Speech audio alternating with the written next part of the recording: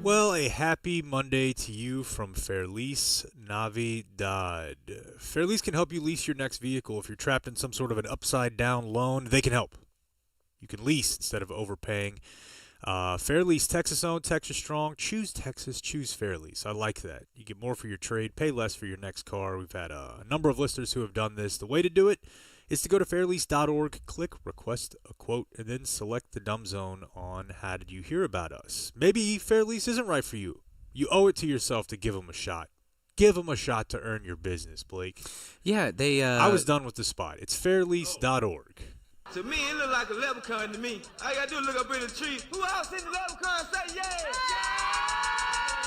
I was gonna know where to go. I was gonna know where to go. Give me the go. I was gonna know where to go. I was gonna know where to go. Give me the go. I was gonna know where to go. I was gonna know where to go. Give me the go. I was gonna know where to go. I was gonna know where to go. Give me the go. I want to go. I want to go. I want to go. Give me the go. I want to go. I want to go. I want to go. Be a crackhead. I want to go. I want to go. I want to go.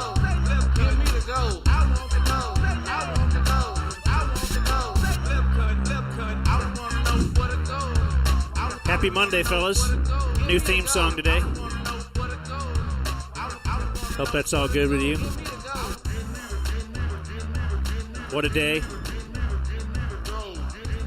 Is today the actual day? Well, it's St. Patrick's Day. I don't know. I mix it all up with the party being on Saturday and all that, you know. Well, you want to talk about... I feel like a nom vet on this weekend.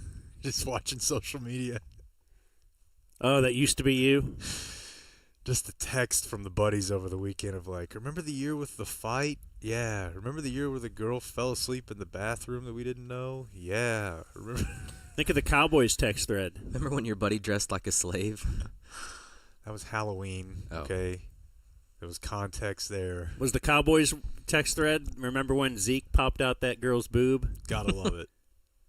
Remember when Gotta Zeke love beat it. up the bartender? All you guys are conflating several Dallas incidents. Remember when Mark Cuban and the Dallas Mavericks saved the St. Patrick's Day parade? That's right. Once upon a time. I saw they had a float there this weekend. Oh, really? How do you think that went? How'd that go? Just people. Were there Fire Nico chants as the float went by? There were. Just people 12 beers in at 9:30 in the morning. I love it. Dude, and there's kids out there and people are like, Fire Nico, F you. We'll get into that. One of the I'm great, sure. great miscalculations in all of sports history. Well, it's not getting better because, yeah, I don't know. Here's what I wrote down this weekend regarding the trade. Starting to believe in religion a little. When I see Quentin Grimes drop 25 straight you think points. There's a reason for that? The Mavs are potentially going to have to forfeit a game. Not going to happen, but the fact that it's being talked about is hilarious. Yeah. Luka looked awesome yesterday. He was having fun. Oh, so what brought you to Christ? Basketball. It doesn't matter. Right, they'll take you any way they can get you. Got here as quick as I could. Yeah. There's got to be something. There's something mysticism related happening here. It's got to be. Quentin Grimes. What are we doing? Quentin Grimes, he's actually great, apparently. No, he's great on a team with nobody else on it. And Mavericks aren't that team. They are. He'd be your leading scorer. They're stacked. He scored more since going to Philadelphia than anyone has as a Maverick. Like he can't fire Nico right now. No. Because then it all goes to him. So the ownership is like, all right, we'll just keep the heat on Nico. Like even they've got to be thinking it was the biggest mistake we've ever made now. But I don't know. Yeah, who knows? But they have to. They don't mind that it's all fire. It's kind of all been focused at Nico, where it probably should be focused at Dumont. But you can't fire owners, Jerry Jones. We've already decided that. I do wonder, like, if Dumont's day will come where 5 years from now does he say, like, hey, look, I thought it was the logic was sound, but it this didn't guy work out. convinced me. Yeah, they'll do that because that will still make him look good. Or at least as good as he could look, is that, I don't know, I had this guy, he hoodwinked me. He hoodwinked us all. This Nico. They can put it squarely at his feet. And we will accept it just like we do every year with Jerry Jones. And, man, if you get a new coach, maybe you just get a new coach in here. Change this around. This'll make it better. When really at all. Who would ever just blindly let their enthusiasm go to level 10 just based on some 52-year-old head coach that the entire league has passed over for 25 years? I'm ready, boys. I'm ready. It's a big week. Spring break. Big week coming up? Oh, it is spring break week. Yeah, my wife works for a school system, and she's on spring break this week, much to my chagrin. Just because then she's here in the morning, and it's like... I have an idea for you. Got my routine. I want to... I have an idea for you. Got my thing, and I don't like it altered. What if... And maybe right now is not the best time because our finances are what they are. They're not poor, America. Thank you. We appreciate you all. You need to plant the seed in your wife's idea, the idea of like a 4-day girls trip. She's done that, yeah. Well, it's been a while because I hadn't heard about it in a minute. Well, it's based on her buddy has a condo or a timeshare or something like that in Florida. This is not a hard sell. Tell her how much you've been reading about how like friendship and community really, really matters, especially for women as they get older. And you care about her. You live longer. You grow older together. And the way book club's nice. What about book club on steroids? And you do it on spring break. You do it over a weekend. They do it in the summer, whatever. She's got friends who could take 3 or 4 days. Yeah, over the summer, say it's a celebration for her first year at the new place or something. Yeah, we need you to instigate this. Don't wait for your friend's condo. Yeah. Yeah. Go get a place. Yeah. I don't have a problem with this. Wonder if I could run a GoFundMe to fund my wife going out of town for me. I'd throw a little in there. I would too. Just to see how the show changes for a few days. But, I'm lucky. My wife is the one who plans this stuff. Yeah. But then when I see that, I'm like, man, I wonder if Blake and Dan's wives, I wonder if we could get a little nudge here somehow. Oh. Find a place for them. Tell them you heard about a place in the hill country. It's great. Massages. God, girls what love about the that hill for, country. if, we've had trades before where we go, sales will trade us a weekend at a certain resort or something like that. What if we were to do that? Or what if we use charity money to buy a silent auction weekend at Jared's auction with the Sandlot? We buy a silent auction weekend, and I give it to my wife. And I'm like, hey, this is a gift. Oh, are we going to go? No. Better. You deserve it more. Yeah. Take your friends, They're always setting you I know up. I've put you through a lot with this whole dumb zone thing. In her condo, yeah, We're financially not as well off as we could be right now. Certainly, we could have bought another house had we not made some decisions that we made. But yeah, here we are. Let's go. We could say the word dick and stuff. Yeah. That doesn't really help her a ton. But what do you mean? Well, now that's kind of we the can say the word upshot dick. of your decision. No, I think you should see how this goes. Fly a little test balloon. Buy yourself a little time. I'm going on a brief vacation the back half of this week, but I will still be doing the show. I'm very excited about getting to be the AJ Hawk of the Dan McAfee show. Yeah, in my weekly talk with my mom, was talking about visiting Cleveland this year, and I was like, I might just haul off and go up there for a week or something and drive to see my girl who's going to be, not my side piece, my daughter. And hopefully she's got a friend that would eventually become my side piece. Because that's the thing, right? Once you have a college-age daughter, you're allowed to date women that are the age of your daughter. Whereas when they were in junior high, that was frowned upon. Mm-hmm. Nobody would... Heavily. Society would have really cast me in a bad light on that. So I didn't even contemplate it. That's why I didn't. I mean, I think it would be a much cooler move if, just for the show, if you wanted to go viral, if they were to get a boyfriend and then you hook up with them. Because that seems to kind of be the... Have relations with the boyfriend? Well, yeah. Oh, okay. kind of a Ole Miss SEC thing. Except you're gonna I have do to love work with my what daughter's boyfriend. He's what you great. got. He seemed like a good dude. He's a real good dude. Yeah, you're bigger than he is. Too. Why is he with her? This is important. I'm not trying to get you, you know. What do you mean? dominated. I'm the bear? What well, are we saying? yeah, I think so. And I've met the guy once, and he's Yeah. Well, he's gentle. gonna, grow into just, a man. Just the power dynamic. Yeah, he's would, already. would indicate that he's probably the bottom. Yeah, no you matter can go what. do that. Go take trips. But I just thought I could still do the show. Mm-hmm. That's the beauty. How about a little weekend check? How about a weekend check? It's brought to you by our good friends at Scenario. Scenario are our data nerd buddies, and they can become yours as well. That is SYNERIO. And right now they are sponsoring a March Madness Bracket Challenge. This is a really cool idea because what they do is they work with your businesses. I guess you could do it personally, but your business's data. Grab all your messy data, stick it in one place. They're an analytics company. I'm trying to get my parents on this for their small business. It's a super, super clean, straightforward, organized way to look at all of your data, financial, HR, whatever you need. And they're putting up this bracket so that you can experiment with their interface and have a chance to win 4 tickets to any Cowboys game this season. You do that at scenario.com/bracket. You fill out the bracket, you give them your email, and you are good to go. You can even hit, do it for me, and they'll give you a little AI-generated bracket. So the brackets are set. You go to scenario.com/bracket, fill out a bracket, give them your email, and you get a chance to win 4 Cowboys tickets and maybe something that can help out your business as well. We can check. Brought to you by Scenario. I'll go first. I got a quickie here. All right. So one thing I do is I try to get every couple months get a massage or a facial, like a real man. Uh-huh. I went there yesterday. No Gary. I think Gary's kind of a part-time player because he's got a real gig as a chiropractor, I think. But I get asked about Gary a lot. yeah. So we refer somebody probably monthly via email.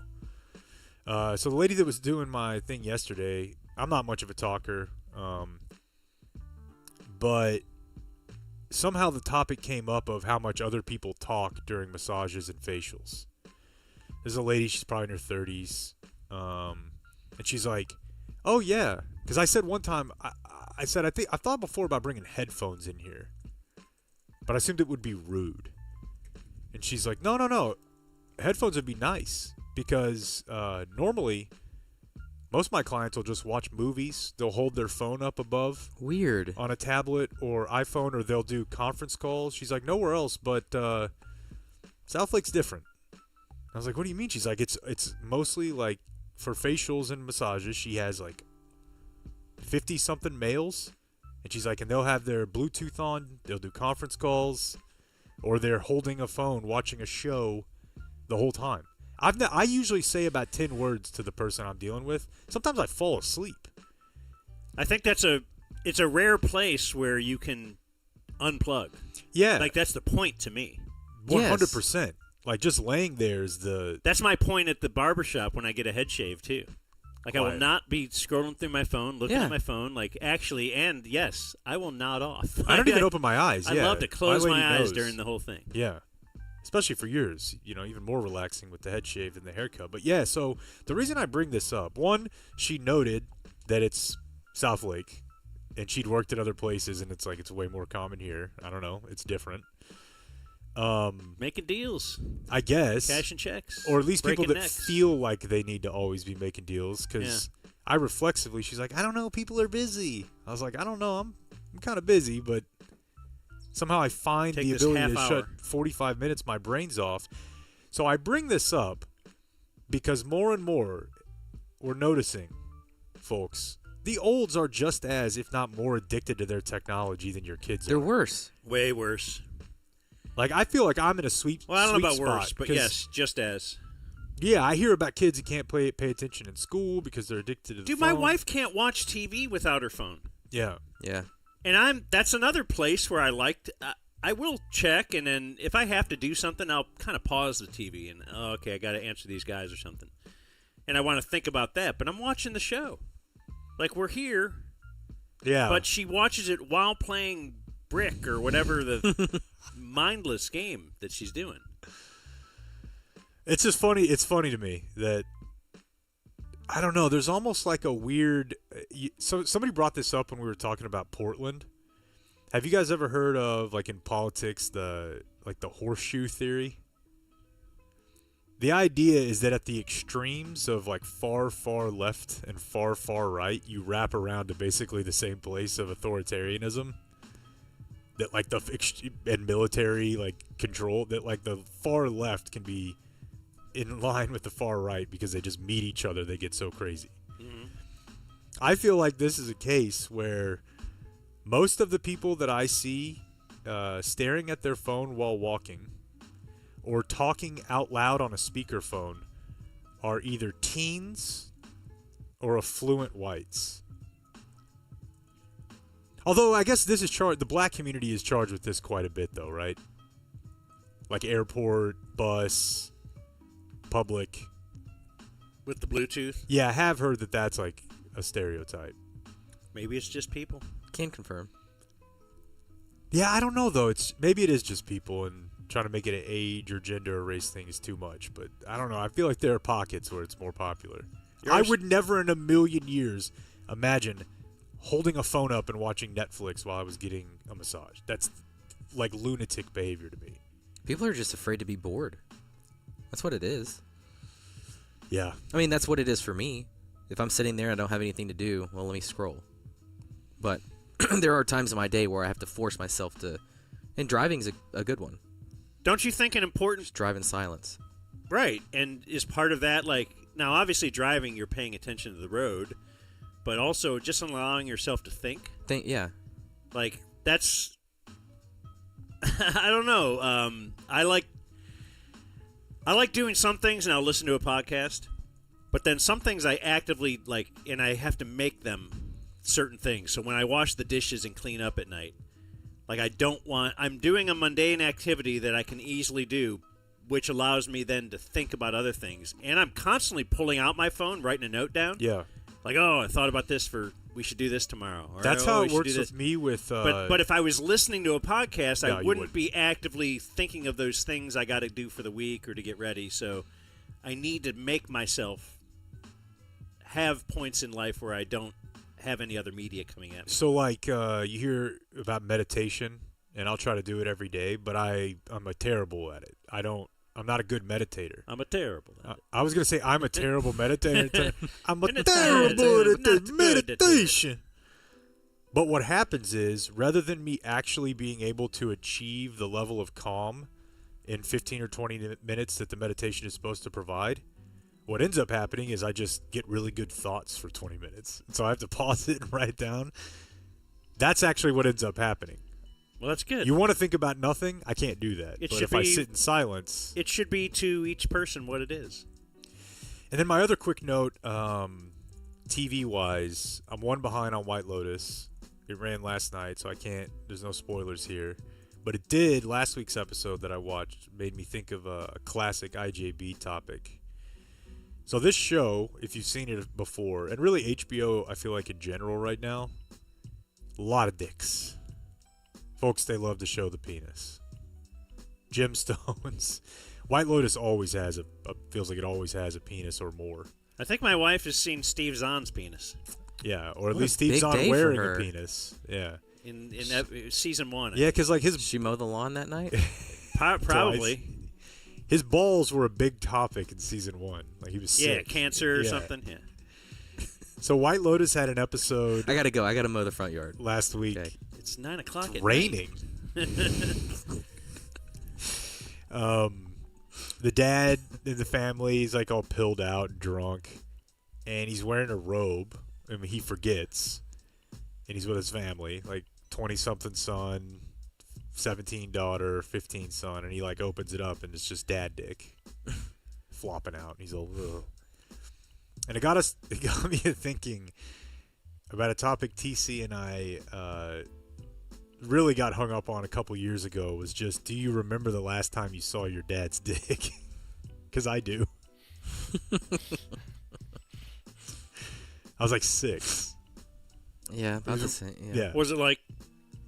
Mine was probably at the men's club, the gym, not the men's club like the Yeah, that'd be funnier. the VIP room. I mean, yeah, the, he couldn't keep it in his back pants. in the old days, they would have athletic clubs that only men would go to, Yeah. and that's where I probably saw all my first wieners that weren't mine, because all the old men would walk around, after playing racquetball, just walk around naked in the. Yeah. Sit there watching TV naked, go into the pool naked. Probably steam naked. Absolutely. Yeah. That's gonna die. No Noviello. What if I started saying that? Yeah. Play. No. When's the last time you saw your dad's wiener? Probably at the same age. I don't know. 6, 5. I just feel like I remember a memory of us, like, because here's why another thing is, Dan and Bob used to have a debate over when it's too old to shower with your kids. Yeah. Yeah. And my daughter's 6, and I think I'm right there. Yeah. Yeah. But Bob would have said 5 or 6 is crazy back then. But, like, I took a shower last night while my daughter was in the bathtub next to it, and even that felt weird. You kind of don't. Once they are. I just think you wouldn't want them to communicate to others that they know that their dad. I was naked with my dad this morning or something. Yeah. Yeah. Obviously it's all Don't quite tell them innocent. about our little fun time. I mean, obviously that hopefully it's all innocent, but yeah, like showering with the little kid is like showering with your dog, as far as I was concerned. Oh, by the way, I did that the other day. As I've told you guys, I'm willing to try things. Did I tell you I showered naked with the dog? Oh no, you didn't say The that. dog got very muddy. You are growing. I tried it. I was concerned, but the dog is Did you not. get a boner? Was that what your concern was? Yeah, for a second, and then I just. Yeah. The dog's not as close Had to to my get him junk back as I for the thought. cyst on you. That's right. How does it feel? Take it. So, anyways, hopefully none of you over the weekend saw your dad's junk. No, I do think about that because Brooks will come in there as I'm getting out of the shower. But to some degree, it's like we're dudes. Yeah, Like, no, I don't care. know. The boy, I can't. I don't know that I'll ever care. Yeah. Yeah, having girls a different thing. Yeah. Clayton, weekend check? Yeah. Clayton one usually thing- watches lots of TV. Oh, big time TV. Let me backtrack to Jake's thing about dad penis. Go on. He wants to participate. Yeah, go on. So my dad, who's no longer with us, would just fire off the work clothes as soon as he got home. He's a farmer, so dirty, whatever, just fire off the work clothes as soon as he got home. And it may be an hour or two before he has loungewear on. He's just naked? He's just chill. I mean, he lived alone in a ranch house out in West Texas, and when I would go visit, he's not changing his routine just because I'm there. He sits in the house naked. Yeah. Well, he sat in the house. Not underwear. No. That's the God, weirdest thing that's I've ever heard. Just That's go jump such in the freedom. shower, clean off, and then just chill out. Air dry. So, how old were you the last time you saw your dad naked? 28. Jeez. Went on a dove hunting trip. Spent a week out there, no phone, no nothing, and he's not changing his routine for anybody. It's an interesting Respect. thought, though. Would you, if tomorrow she goes on the girls' trip, she dies, you're completely solo, God, that's my biggest fear. would you, well, you got a kid, would you ever just be like, why do I need clothes in the house? No, Because I love being alone. Yeah. And I am never walking around naked during that time. would you just go underwear? Nah, I kind of even underwear. I don't know. I would go, just comfortable shorts or something. But no. Yeah, I don't feel like my comfies. I kind of like are- wearing a shirt. They're comfy. Also, Yeah. I don't walk around without a shirt I don't really either anymore. unless I'm oiling up and playing bodybuilder in the Hey. mirror, Right. which I will do. Well, that's really weird, dude. I'm sorry about that trauma. Oh, okay. Yeah. It's Elsewhere. it wasn't trauma. I mean, when you grow up with it, it's your life. It's just Did you get hard when you saw him? No. or- no. Okay. We're We're trying to weed him out. two little things. Yeah, I know, right? Okay, I'm a straight white cis male. There you go, Dan. All right. All your answers that you've ever wanted. That's exactly what a gay guy would say. Two weekend things for me. Gemstones back full cast. I'm on it tonight. Spring break. So good. Jake's gonna be happy. Really gonna want to hear his response to Baby Billy. Oh, hell yeah. And The double for Goggins. yeah, he's got It's his world. his own thing going on now. And then the second thing, this is like my food segment. This is a food junior, Okay. Okay. and I brought some to share with the class. So I'm gonna Whoa. hand these out. What we got here? We have gifts. Okay. What are we giving? These appear to be fruit rolls. Then it says bear. What does bear mean? So bear fruit rolls, all natural fruit rolls. Used to only be able to get them on Amazon, but I started venturing to the grocery store again and housing them. You know what's really interesting about this? The other day, we had something for dinner that was like cheese tortellini, tomato sauce, and like ground beef. And it occurred to me, this is just everything. It's just adult SpaghettiOs. This right here is a guy who is getting older and somewhat trying to take care of himself, but still wants to eat fruit fucking roll-ups. So he's landed on the one with no sugar added, just 4 ingredients. Like, this is amazing. Yeah, I love them. Or Like- a guy who hasn't been in the grocery store without kids. He doesn't know how far snacks have come. Well, no, I used to order these on Amazon all the time, brother. Okay. Yeah, he just doesn't have like a Thrive membership. Yeah, so these are great. They also have Okay, yeah. the little like paw print ones. They're like little bear prints for the kids. But I Okay. stick with my classic fruit roll up style. Just wanted to share that with you guys. Found those, Thank you. came back into my life, and I wanted Like to share with my legit? friends. Legit, if I were just putting out a call like on some hiring website, and I'm like, I need a nerd. I need a video guy. I need a guy who's going to be locked in. If they told me that they at 39 still eat fruit roll-ups, I'd be like, you're definitely a step ahead of the field. Like, that's... I don't need to know. You definitely don't need you to work out. I need this. A guy who goes to r/fast food and eats fruit roll-ups. You rake yesterday? No. What do you Let's mean, end with no? Blake, because I think Blake's is probably better than mine. I was just going to say that I was did my grocery shopping this weekend, as you know. I think it's because I'm high maintenance. I will accept going to 3 different places when I go pick up dinner for the family.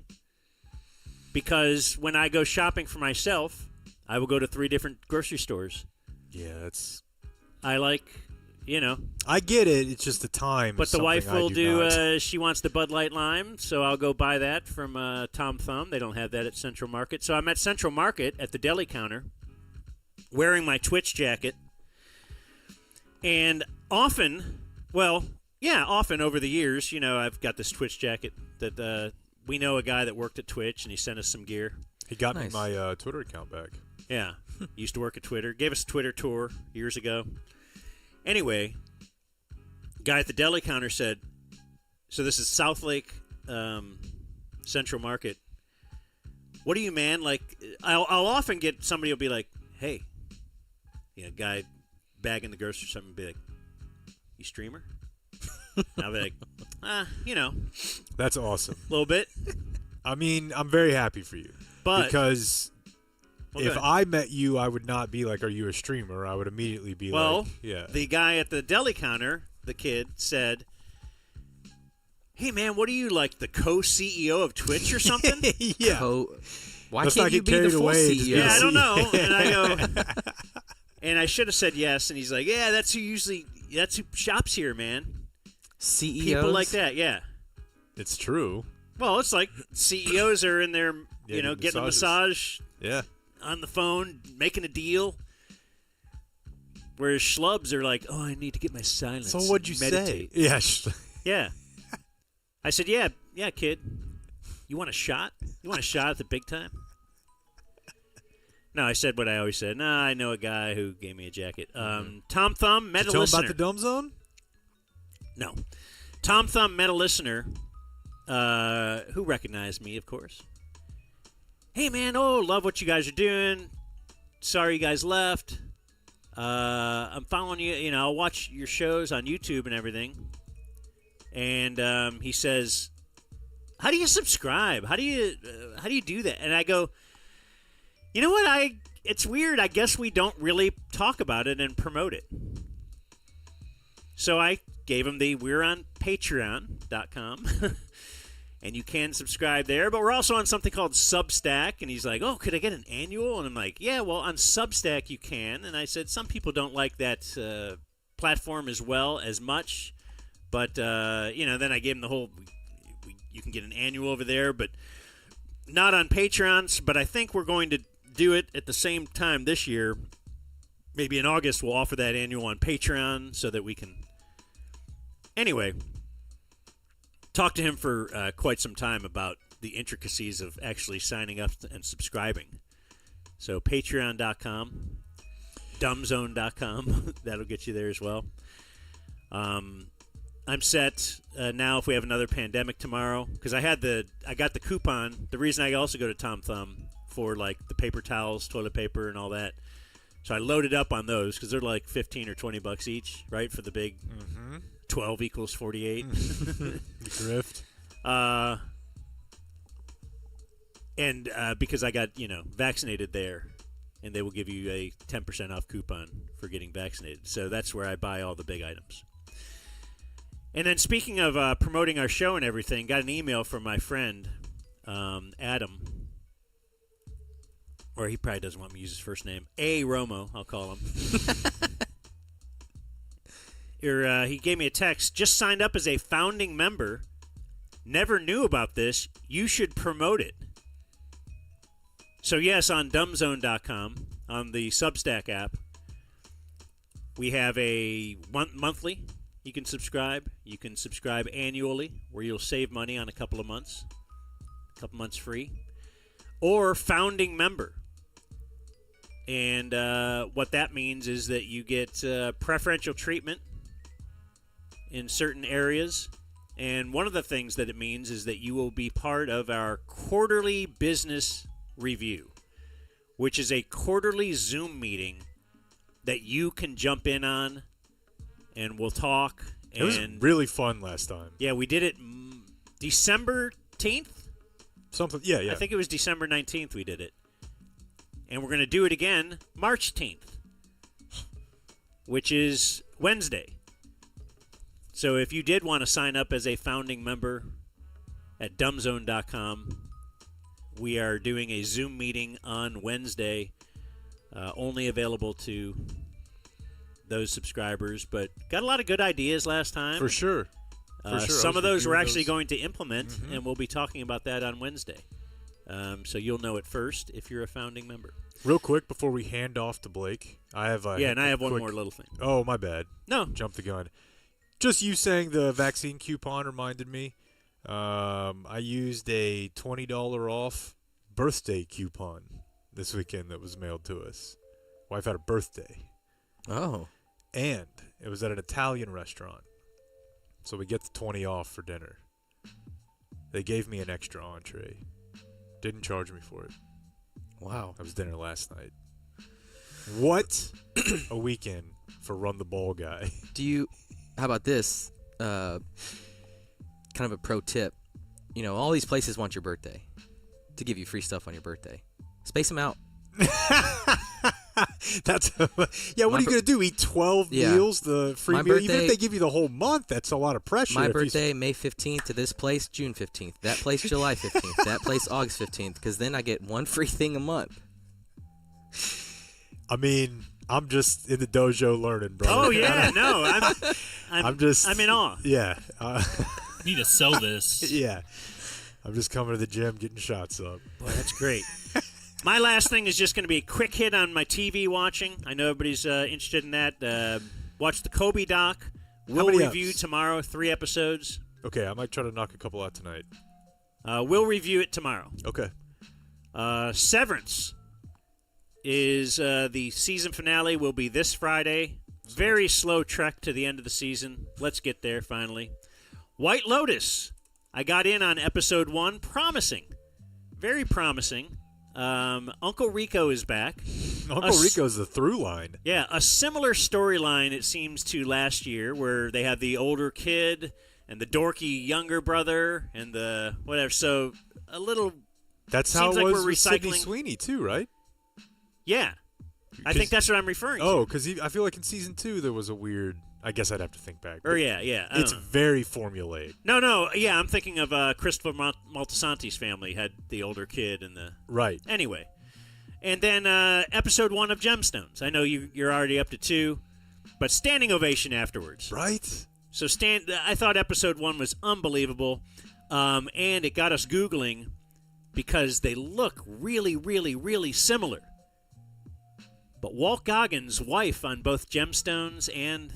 Yes, the teeth? Yeah, I thought it was the same girl. And it's not. I 100% thought it was. I looked it up. Yeah. Yeah, it's not. Because That looks like the same the face. fact that he's the on effect, HBO for a month and a half span here of overlap in their 2 main shows is hilarious And already. their 2 wives look very similar. They both have like a reddish hair. They're both whiskey tango is all get out and all buck-toothed. Yeah. And I also kind of love both of them. All right, run the ball, Blake. Let's see. Well, Can I say something?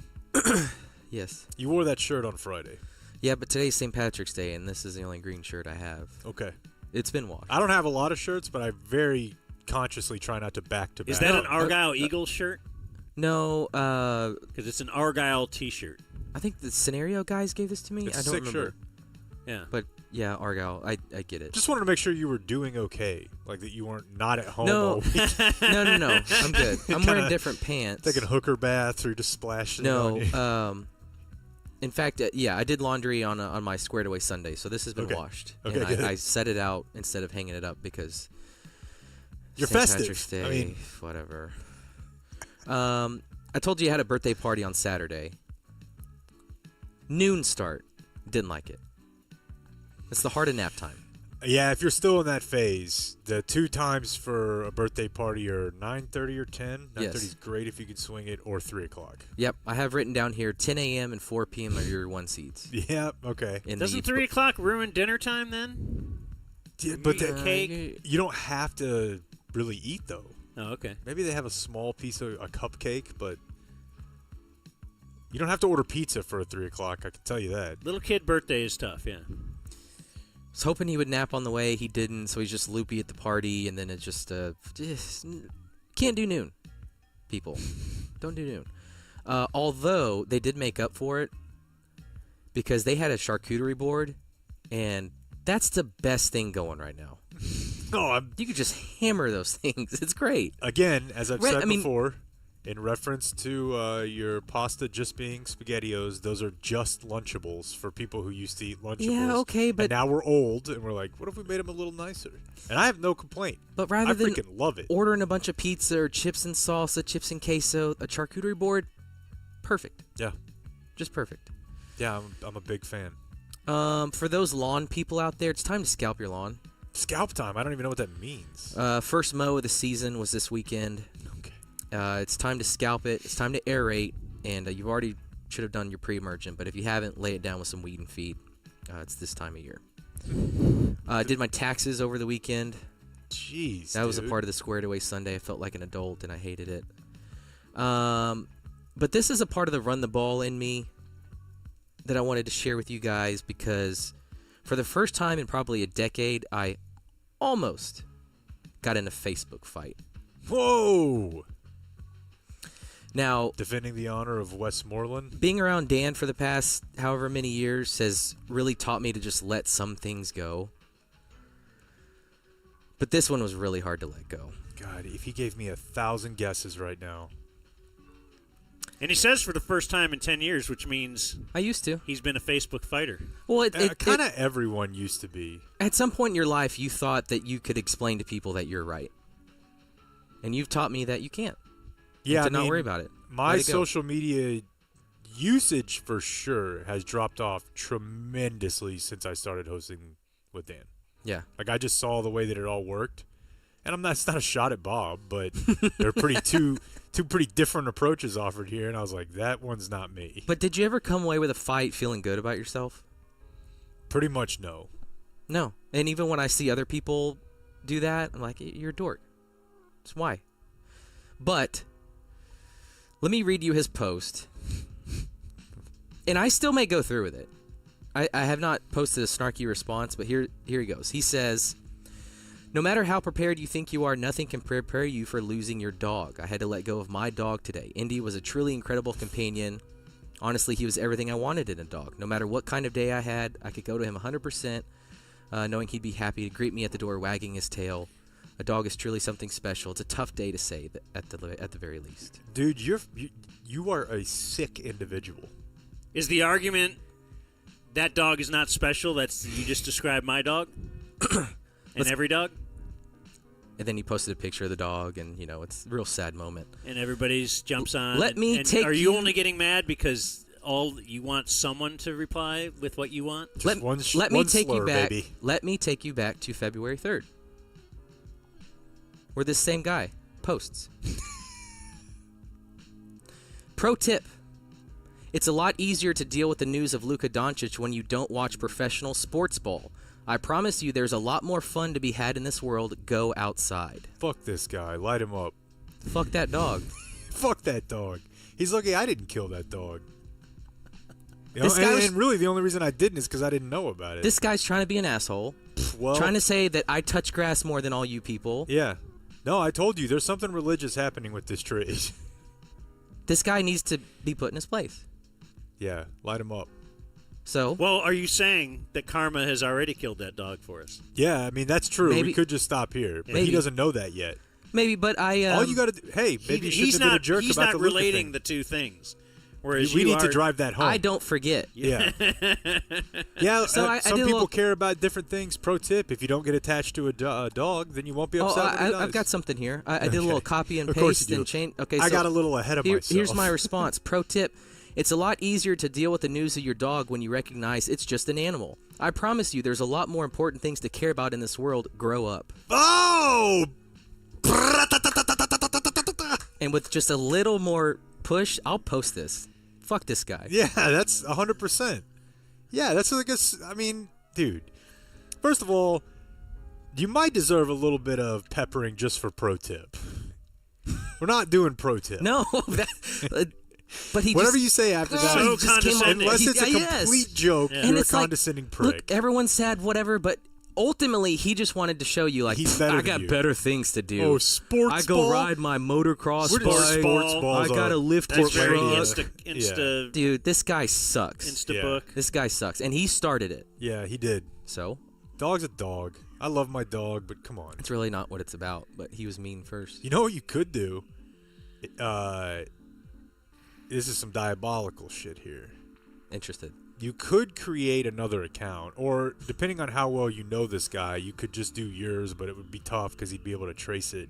But somehow you need to create an account with a dead kid. Like you're a parent and be like, that does look tough. Similar Pro to the tip. feeling of when I lost. Pro Pro tip. tip. Doesn't get easier when you lose, like when I lost, Landry, my second born. And he posted a picture. But I'm sure you're real sad. Yeah, Yeah. a little black Yeah. and white of like, this Yeah. is him on 1 day, 1 day's old. He only made it 1 day. Yeah, I think I'm gonna post it. This guy needs to be put down. Is that a good intro to sports? That's the best intro. What am I gonna say?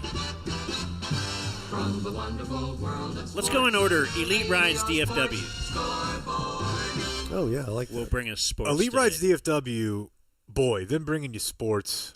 Mwah. That's get you to your they will sporting bring you event. to sports. Hey, Yep. how about that?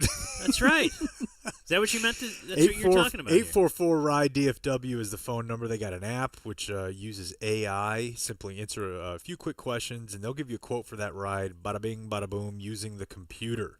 It is Elite Rides DFW. They got the Sprinter Jet. They have corporate executive shuffles. They got SUVs, minibuses. If you got a group and you're trying to get somewhere cool, we suggest Elite Rides DFW. It's a cut above. You know how? Because their vehicles are driven by professional chauffeurs. Yeah, not some guy. Not some dude with a car. Right. Like, no. They have their fleet, and it's wonderful. Clean. Consistent. Comfortable. You can get a free water. Maybe What? a nice charge your phone in there while you're in there. Stop off for a Mexi dip and chips. If They'll cards offer right. that to you. Yeah. The drivers are so cool, and especially if you mention you heard about them on the Dumb Zone, they give you the extra special deal. And you do that by using promo code DZ15 for 15% off your first ride. You can book via the phone or the app. It's 844-RIDE-DFW or Elite Rides DFW. Ride to the airport. On the app. Maybe you just want to ride down the street just to see if it They'll works. do it. Yeah. Yeah. Maybe you want to ride to your new vehicle from Fairlease. I don't know. Yeah, you could do that. Yeah. It's an They'll drop you interesting- off. They'll pick you up somewhere. Interesting sports weekend. There's a couple Cowboys moves I want to spend zero time on today. I will write about them for tomorrow if you guys want to touch on them a little bit. They keep doing the thing we were talking about, which is, hey, what if you used to be someone people thought was good? Which, Who's that? well, you brought it up with Elam, right?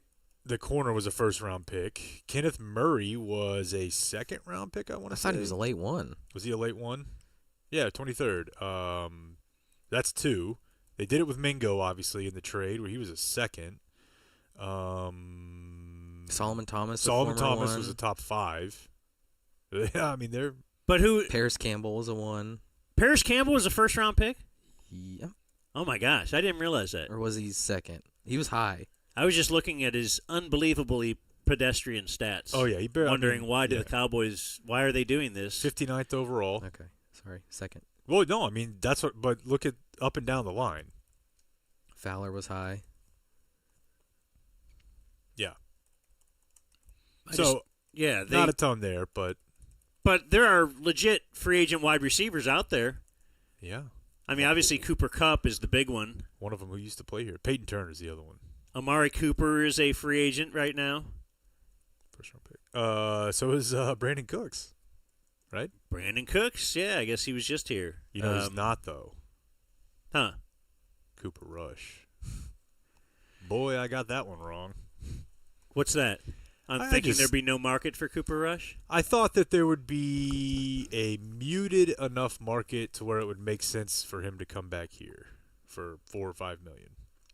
You know, he's making $2.5 on his last deal, and now he's making $6 million a year. So, but I definitely I see where Baltimore's coming from though, because it's kind of like what the Commanders did with Mariota. You want to try to get a guy that you don't have to change your offense for. You just sort of put him Okay, because I was about to say, I can't wait to hear you explain this, where you see what Baltimore's doing. I've always wondered why, in fact, he's the Cowboys' backup. Shouldn't they have Yeah. someone more Dak-ish? Although maybe these days he is more Dak-ish, right? Maybe Dak is not a mobile quarterback anymore. I don't know this for sure, but I don't, because I haven't seen enough of them side by side. But I don't know that Dak is all that much more athletic than Cooper Rush at this point. Now, my heir apparent, Will Greer. You got to let that go. No, he's the two right Really, now. really got to He's let the that two go. right now. He's an exciting player with a lot of upside. No, he's not. Anyways, I said we weren't going to talk about this. They're going to draft the quarterback. Yeah, like the 5th round, and he'll be off the team in 2 years or 3 years or whatever. Quinn? No, not Quinn. Where's Quinn go? I think I've seen him as like the 4th quarterback. So what would that make him? Oh, second round? Early second, yeah. Would you like to see the Cowboys get Quinn? Hell yeah. Yeah, Be all over it. be cool. You think he'd last till their second-round pick? Would they pick him? No, No, not that high. no. Interesting. No way. They're all in on deck. That's the thing, though. You got to. I don't know. Well, let's I mean, get into some other. You're signing competent backups. Other teams that are paying big money for quarterback, they pay big money for their backup too, knowing that guess what? This is the position. And you would think, especially with Dak's recent injury history, you might have to count on him missing 5 or 6 games this year. Yeah, and that's why when people say, like, people look at these moves that they've made and they're like, well, it's $2 million. Like, it's nothing. It's true. But if you're out here throwing $2 million here and there on all these, like, retreads to take a shot that one of them will pop, which sometimes happens. Look at what happened with Zach Bond last year. Veteran guy who just But the difference between keeping Cooper Rush, which I think I would have been on board with, and not is like $1.5 million a year. So on one hand, you're like, oh, Kyer Elam, he's $2 million a year. What's a big deal? Or throwing all the. So a lot of these guys we just mentioned are not going to make the team, right? So then you've got $4 or $5 million of dead cap, and now you have a quarterback that you have to find for $600,000 a year instead of $6 million a year, or even $2 or $3 million a year instead of $6 million a year. I mean, Cooper Rush is not inspiring to me. It's not inspiring, but he did the job. But based on what I think they're going to replace him with, I think they should have stuck with Cooper Rush. So where do you want to start as far as other things? We've got Dirk. We've got Luka. Well, a lot of it revolves around Luka, I guess. The Dirk thing certainly does. Dirk was on a podcast, but it's entirely in German. Is there any way... Do we have a listener who is fluent in German? Probably. You think? Yeah. Yeah, I would bet so. I'd like to hear from that listener. I did what I could. thedumbzone@gmail.com. Yeah, so it's a podcast for his foundation. And it is with his sister, Silky, which is just an awesome name for an athlete. It's a lot of talk about like youth and sports, etc. And I tried to run it through an AI translator, and it's fine, but it's no better than what we got from that guy who broke it all down and sent it to us. And this is definitely, I listened to him on the ticket, which was great, but it's clear, and like, you know, there was some backstory behind there. I think some of it's public. He was very 50-50 on whether or not he was going to do that, and then ended up doing it. Talk publicly about... Yeah, it was very odd, you know, and he was very worried about it. But they have a good relationship with Scooter Tomlin, who does communication for the foundation now. Got it done, but he didn't say much, you know. He was playing it as close to the vest as he could because he wants to have a good relationship with ownership moving forward. But, like, basically anybody... When they go back to speaking their native tongue and they do it with their family member and they kind of feel like, hey, we're in Germany, not America, and forget how the internet works, I think you get a lot more candid. Yeah. I saw a Reddit post, which supposedly somebody who speaks German broke it down, saying that he numerous times called the trade insanity. Mm-hmm. Says he has not been involved with the Mavs at all for 2 years. Like, that basically scans. Is that even before Dumont bought it, or the Adelsons bought it? No, that's about right about the time. Right then. Yeah, it was spring of 2023, right? Or maybe that's talk about watching him. You know, said it was strange and bizarre to watch him play for the Lakers. December 2023, but so that's 2 years. So roughly, this is the new your new reality as a Mavs fan. Said anything Cuban else? Said Cuban had little to no influence on anything, and did you read this last part already? That Cuban had to expect what would happen when he sold the majority share. I thought was and he says, quote, last year things developed into that direction, and he very bitterly says, now we see how everything panned out. Which is kind of what has been the growing narrative out there, is like, hey, really over the last year, like the Nico and Luka thing was just not tenable. And that, of course, because he's our guy, we're going to take our side on this, but that it was Nico's fault. That it wasn't like Luka was trying to piss him off. He was just, he is an NBA superstar. And Nico wasn't effing with that, really. It's still amazing, and especially because he did work with Nike. Yeah. And Nike is like an agency to where, they assign a guy just to kiss some guy's ass, just to go get him stuff, do his laundry or whatever he asks for. Like, this is part of doing business with superstars. When you have guys that are this valuable, we want to just keep them happy. And that's the whole hiring a relationship guy. He's a vibes guy. He doesn't know the X's and O's, but he's a people person. And like even Pelinka. I mean, Pelinka doesn't really. He's not going to relate to Luka. Dirk and Cuban. I mean, who knows if Dirk just thought Cuban was a dork and all that. And I think most of the athletes probably did. But still, Cuban still related to them. Maybe it's more of they're closer in age. Well, Although, I mean, Cuban is 20 years older than Dirk. He one acts older, one acts 15 younger. years older, maybe. But also, it's mostly just that they knew he was really into basketball. Who?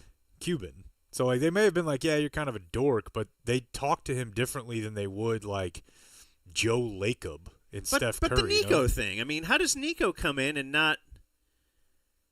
Who knows, man? I mean, we've gone over this a million times, but that's your job is to figure that out.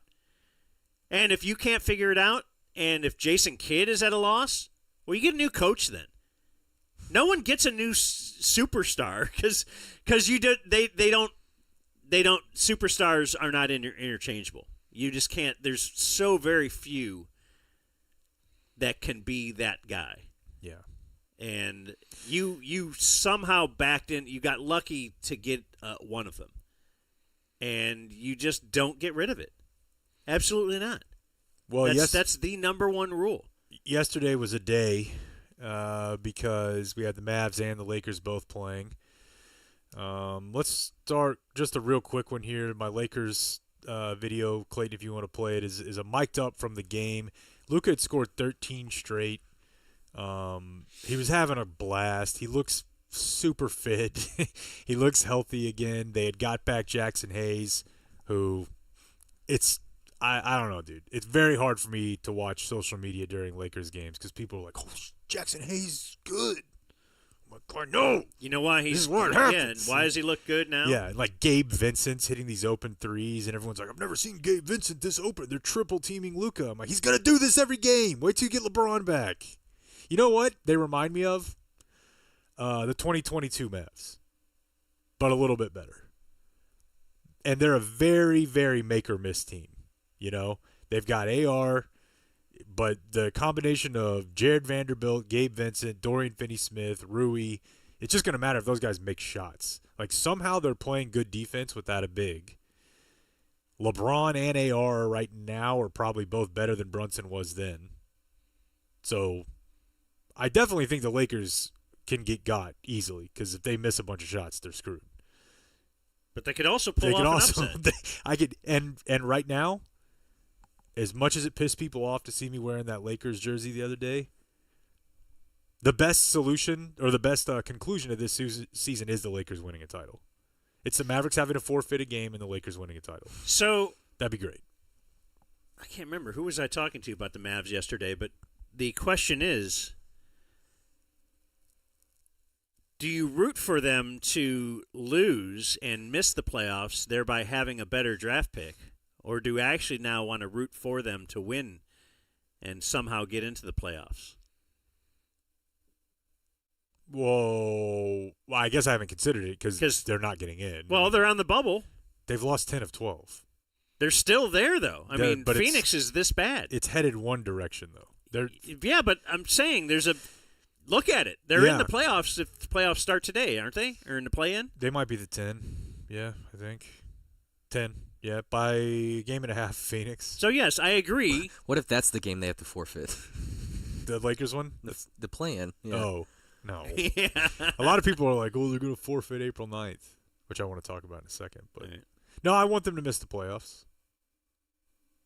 But it would be funny if like they had to go get their head kicked in by Anthony Edwards or something. I mean, this can't happen now, but I wish they were actually fully healthy, and it was a whatever, a 2-7 matchup in the playoffs, that they could play the Lakers. Be amazing. And the Lakers could stomp them to show them that, yeah, even your logic on they'd be a better team now is incorrect. Yeah. You traded a great tight end for a great quarterback. Anthony Davis is the tight end, if you're wondering, in this scenario. You guys want to watch this Luka mic'd up thing real quick? I don't think I've ever even seen one this cool from when he was a Mav. That's a smart play. That's high IQ. You're not getting out in the playoffs, you know that. I never been open so much in my life. That's the first time I make this open shot. Yes. That's you, baby. I told you to challenge, man. Y'all should listen to me, man. Keep it going. Great defense score, yo. Where you going, Royce? Where you going? Hey, your toe was on the line. That's all you missed. You never miss. Toe on the line. Just roll all the way. KD's taking a free throw and Luka's just trash talking. Oh my God! Woo! Hey, I'm in coverage, yo. With everybody. I love that Luka says "yo." That's the longest mic'd up we've ever seen. I know. Again, it is. I'm in coverage, yo. It is the way he is between the lines. I mean, that's really the point of this whole thing. Is you got to deal with a lot of this shit, and a lot of this shit is also, par for the course. But there's Harvey Weinstein shit. There's Aziz Ansari shit. There's a lot of this shit can mean different things, and there's a Luka a lot of this shit, which apparently bothered Dumont and Nico, and then there's a lot of this shit that other guys, guns and whatever. Dude, but even if you made it not guns and you just made it like malcontent, this is the NBA. Right. Take a look at Jimmy Butler, a lot of this shit. You could take a look at? Anthony Davis, who in his first go-round in the NBA was an absolute problem for the Pelicans and didn't want to play. Well, I want to bring up Kobe. Mm-hmm.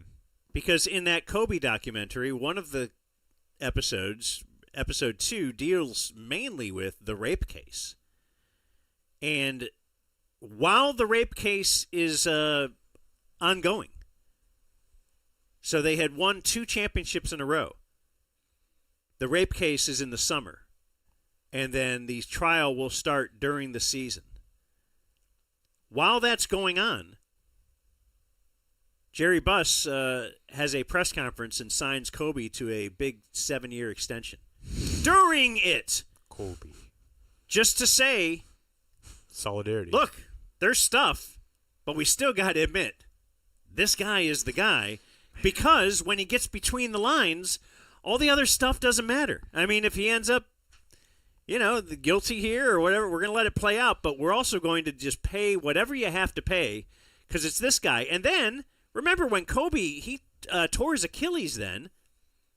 And then, remember the last couple years of his career, they gave him another fat extension where you knew they had no chance of winning a championship. You knew they had no chance of actually. Hey, they didn't make the playoffs, I don't think. He was a globetrotter. But, you know what I mean? yes, it was like, well, but we're the Lakers, and we want to have a superstar to build. We got to have that. We still have to have that. Well, you can't pay him $35 million a year. Yeah, well, we will. This is back when $35 million a year was like the max. Like, nobody else made that much. Yeah. So, yes, I did not know that. They lined Kobe up and gave him a big contract because you just have to. This is what you do. This is what the good franchises do. Insane. Okay, elsewhere, sad. I'll play you a little bit of audio from I still think about it all the time. I know. I'm still sad. I'm not going to give it up. I'm never going to give it up. It's the worst thing that has ever happened to Dallas sports. Yeah, Dallas, period. Mm-hmm. Kennedy's number 2 now. Legitimately, as far as because here's what people forget about Kennedy. Well, I don't know if people forget, but people in Dallas wanted Kennedy to die. Yeah, Dallas wasn't. That was like a home This dub. didn't hurt Dallas. Yeah. It did image-wise, reputation-wise, city of hate, all that. But people in Dallas were like, I don't know, can we celebrate this? Yeah. A lot of them. It was a muted celebration. But so yesterday, of course, as I said, the Mavs and 76ers also played. It was PJ's first game back. This was rock bottom. This is a game where the Mavericks were absolutely more talented than the 76ers, who have had, as bad of a season as you can get as far as expectations go. The Mavs are at home, and they lost to Quentin Grimes and some dudes I legit have never heard of in my life. And our associate or our friend of the show, Fire Nico guy, nice guy, but I'm pretty comfortable saying that guy, he's got a serious main character energy, and he's not letting it go. And he has season tickets. As he will point out on Twitter, he asked for a refund. And he was like, I would gladly have taken my refund and not gone to another game, but since they would not give me one, I'll be at every game. And I'm going to put Fire Nico on my hat and my shirt, which they will not kick you out for anymore, apparently. They looked at the public response to that and were like, oh, there's still time to get that one right. So let's change course there. Mm-hmm.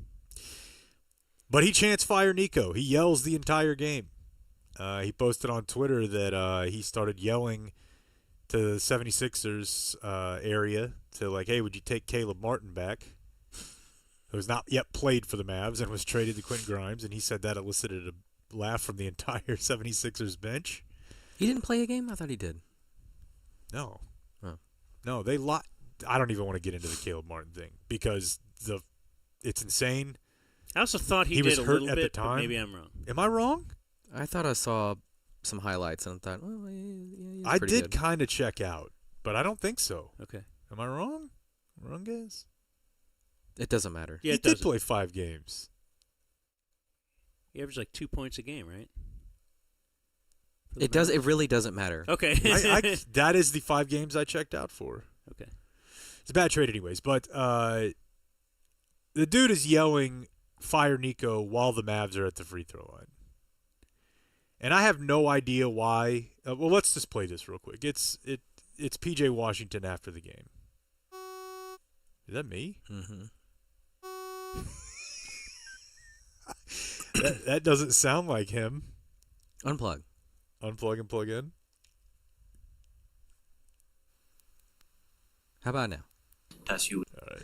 What was that? everything that's happened in the past few weeks. I mean, I think some fan anger is understandable, but is it frustrating when you're at the free throw line and like people are saying stuff? Yeah, I mean, at the end of the day, the trades happen. We understand we have a new team now. All that Fire Nico stuff, we're sick and tired of hearing it. We just want to go out there and play, and we want the fans to support us no matter who's on the floor. So that's just how I feel about it. No, I don't have any problem with PJ having an opinion on that matter. It's his job. He's asked about it. He's going to talk about it. Now, I feel like yelling while the Mavs are at the free throw line is too far. But I have no idea why I feel that way. I'm not the boss of this. Do whatever you want. I plan to go to one game, the April 9th game. And when the Lakers are at the free throw line, we should be chanting Fire Nico, sell the team, Dumont. But I'm not going to yell while the Mavs are at the line. I don't know why. It just seems weird to me.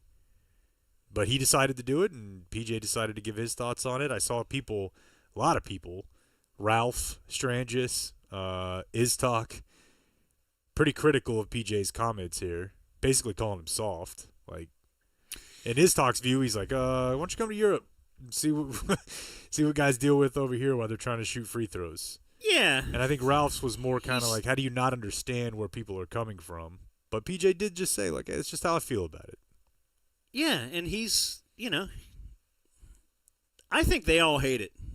Oh yeah. I think the players all hate it. I think they liked playing with Luka. I think they liked Luka.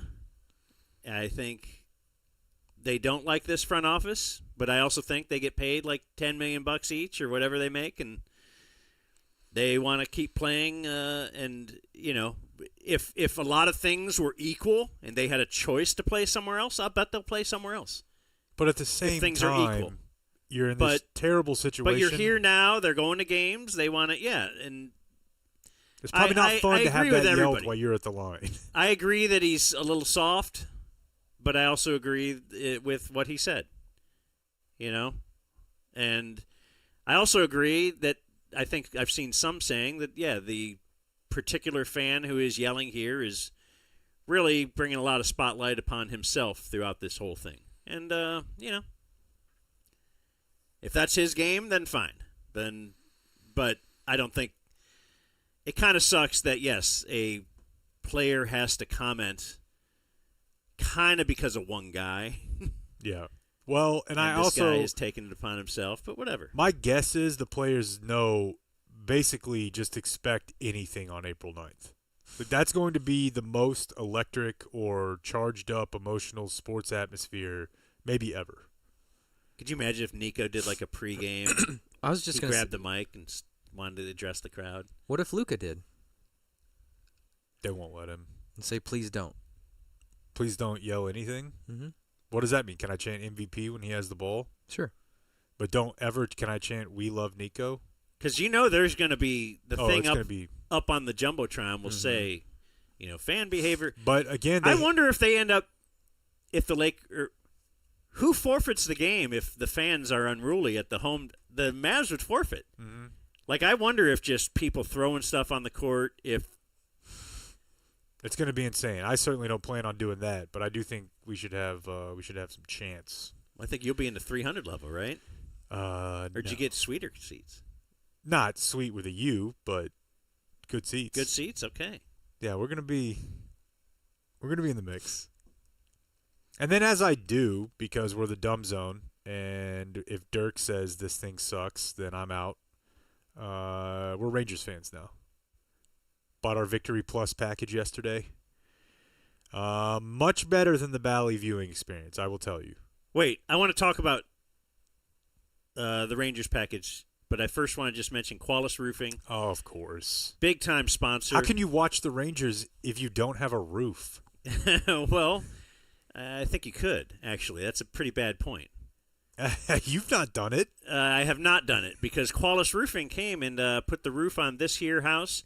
If you end up with getting a hailstorm or something and you think you have roof damage, call Qualis Roofing or check them out online at the website, which is QualisGC.com. We have had a boatload of listeners who have gone with Qualis. Yeah. And that we know because they get a free sit-in when they do so. If you get yourself a roof, they'll get you a sit-in. But, you can also just get yourself an inspection. They recommend doing that twice a year. What's the reward for that? We got a T-shirt in the mix. We got a knit just cap calling or- them, just hooking them up to come out and look at your place. They'll send you a T-shirt or give you a subscription to our show. Look at that. Boy, I should have told that guy that. I met him at the grocery store. Do you need a how do I roof? subscribe? Get a well, roof. you go to QualisGC.com. Well, no, just get a free inspection, and That's they'll give true. you a subscription to our show. But, yes, if you want to sit So in. they hook you with the inspection. We hook you with the subscription. Next thing you know, you got a new roof and you're sitting here while we do the show. QualisGC.com. Everybody wins. So, my question about the Rangers, you got a 100-game package, or no, The whole season. $100 for the whole season. National games, I don't know, whatever. Will you watch 100 innings? Yes. I will watch 100 innings by the 9 times 10 times. that probably Can I get you in the first 20 games to watch 100 innings? no. But you can get me in the first 25. I think The end That's of a May. weird line of demarcation. How about the end of May? yes. Okay. I'm going to watch. All right. I'm excited. Jared's on TV. I'm excited about that for sure. Well, so yesterday, Jared's, the radio guy, and he will start joining us next week. We have a baseball guest now. A weekly baseball guest, Jared Sandler. The best in the game, in my opinion. But he normally does radio. But yesterday, spring training, I think they had 2 games yesterday. But the White Sox one, it was Jared on play-by-play and Mike Bassick on color. And I got to tell you, man, I love Dave Raymond, and I'm not trying to push Dave Raymond out of a job. I don't even really know what the rest of their rotation looks like. I know they have the guy whose name sounds like the goalie coach. It's like Dave Valley, something. Mm-hmm. Tyler Malley. Yeah. No, that's a pitcher that they're getting back. I'm Who's talking it? about the broadcaster. Oh, Dave Valley. Okay. And Orders David on- Murphy's in there sometimes, tag still. But, man, listening to Jared and Bassick was pretty great. Was it? I watched 2 innings, and I'm like, man, this is my booth right here because I'm biased. They're my age, plus or minus a few years on each side. When you have the perfect amount of like funny, serious, dork, jock, cool, not cool, pop culture. Like it just fit. Well, it's funny because you don't think of Jared as jock at all. No, but he kind of is though. Yeah, because he's sports nerd. Yeah, and he plays sports and stuff. Yeah, but Bassick is the least aware of pop culture person that you'll ever meet. I know, and look, I'm not sitting here saying that I want Jared hosting the MTV Awards, but he's at least enough to where it's a nice little balance. Well, I wonder if Bassick has gotten different, though, being on the radio every day for just being to. Around it for all these years. You have to. Because when we first knew Bassick, I mean, he didn't know like who Britney Spears was type thing. Right. He just knew nothing about pop culture, but he knew everything about sports. Get the curve to move. You think he's mad about the Luka trade? I think he quit, and I don't blame him. Because that guy's a bigger Mavs fan than I am, and I don't know many people I can say that. He quit what? The Mavs. And MFFL? I think he quit the NBA. He'd already been trending into a run-the-ball guy direction. It happens. But, so on their broadcast yesterday, kind of a funny moment. The White Sox have a Japanese player.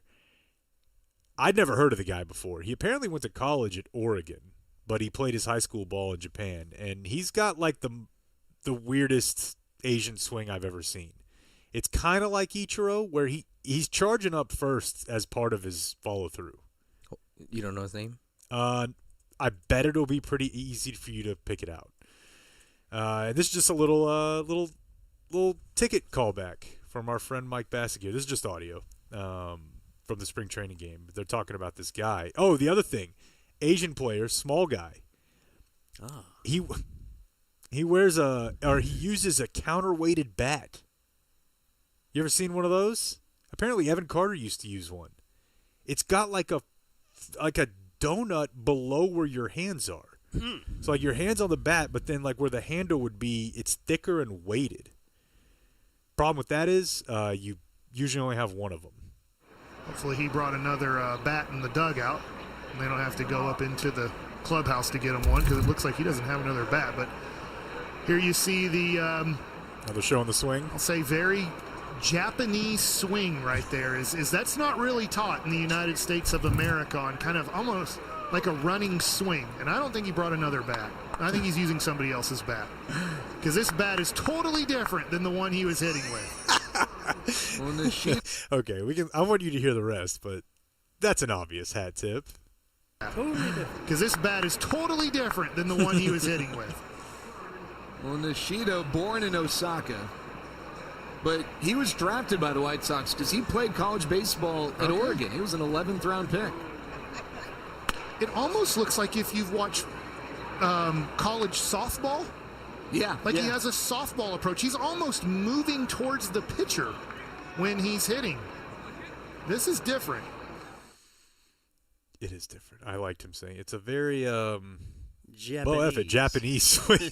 He's trying to look for it's kind of got some angles. It's just Japanese, but I enjoyed those boys' work. And then my final thing for you real quick. This is the videos, Clayton. This is elsewhere in our local sports. Now, I was made aware of this over the weekend, and didn't really see a lot of social media chatter about it. Saw no clips whatsoever. But just roll this first intro video here, Clayton, and you guys watch, and you tell me what you think is happening as we go along here.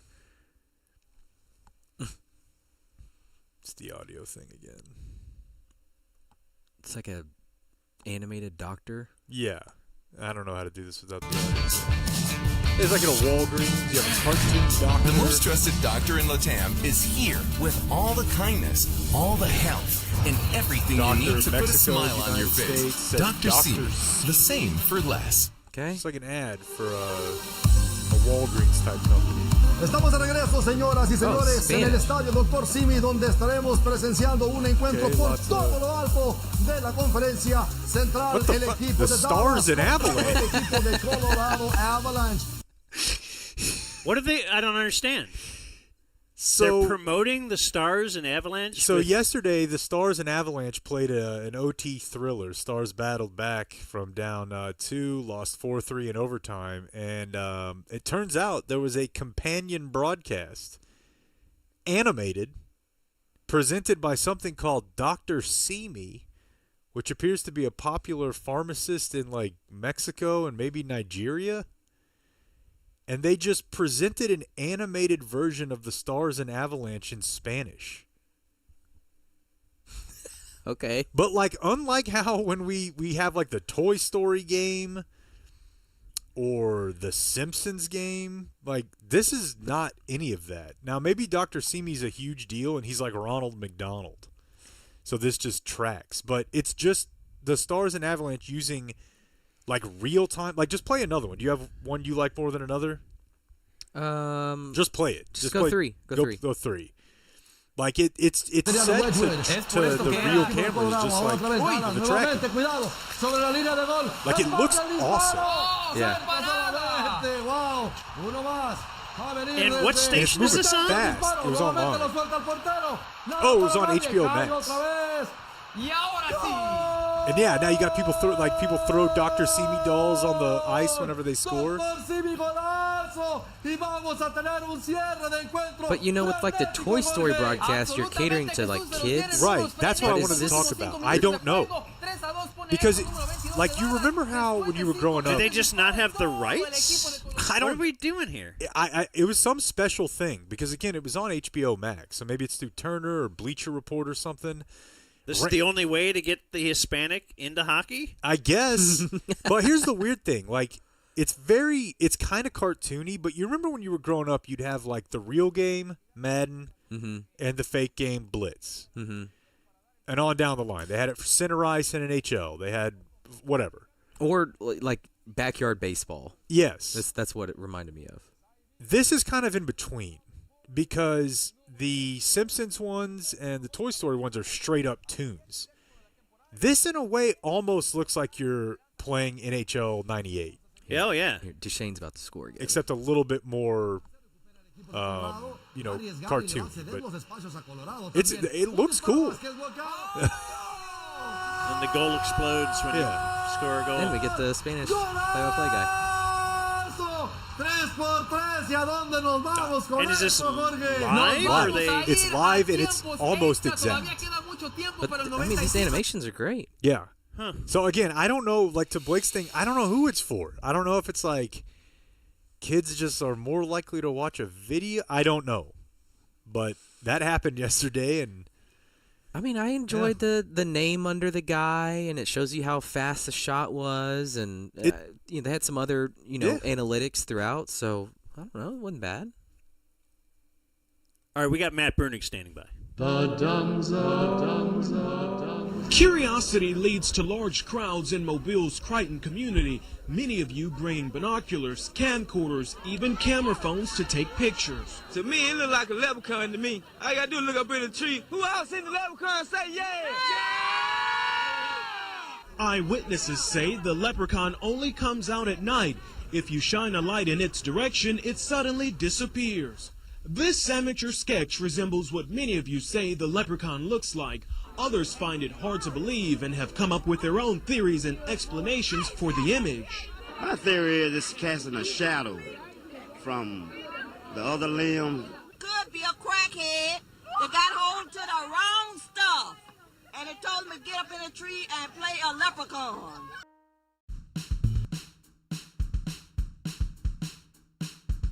You're listening to The Dumb Zone.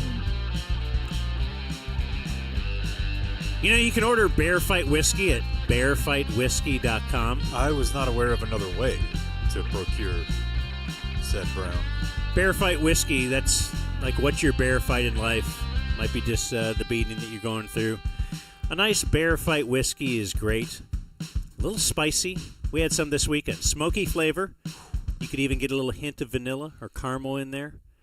It is a 90 proof American single malt whiskey aged in first fill bourbon barrels. It's fantastic.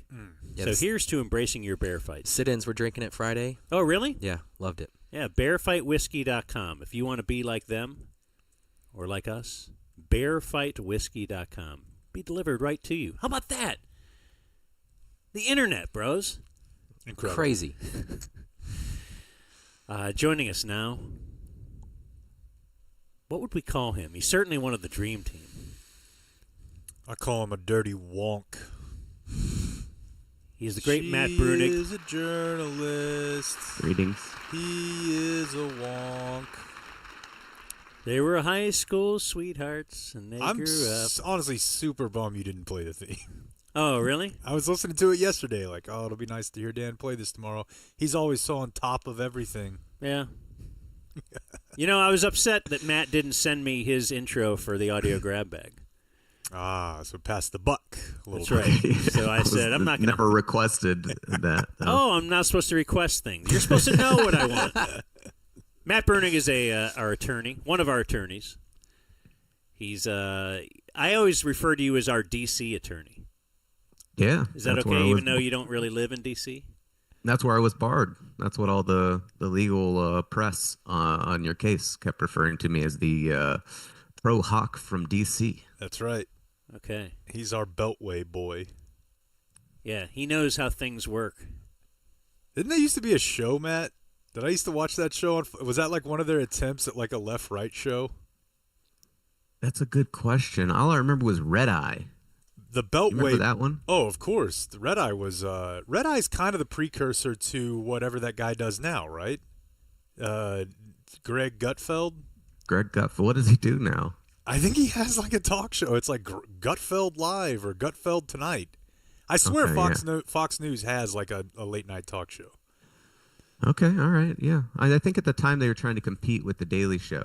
We need a funny old guy, a funny late night crew, and it never really panned out. Okay, the Beltway boys were Mort Conracky and Fred Barnes, so not as much of a left. I just always laugh, like TC and I laugh, and I'll tell Dan sometimes, like when I grew up in my peak Fox News era, it was really funny to me that Hannity and Combs, like they had Hannity, who looks like a gorilla. He's just a complete, he's doing Chuck Liddell training. And then opposite him, they had Alan Combs, who looked like a fucking alien. Like they got the skinniest, dorkiest, like least masculine looking guy. And they had him. He looked near death. Yes, he was like a. Then he did die. Then he did die. Yeah. Now they like to pick. They're very clever about picking their opponents. Yeah. So. No Bruenig in there. So we've talked. No. We've talked in the past. We got excited, then you're like, "Hey, calm down, don't get excited." Then we get excited again, and then you're like, "Hey," like Matt's kind of the calm down guy. If you get excited about something you shouldn't, regarding non-competes.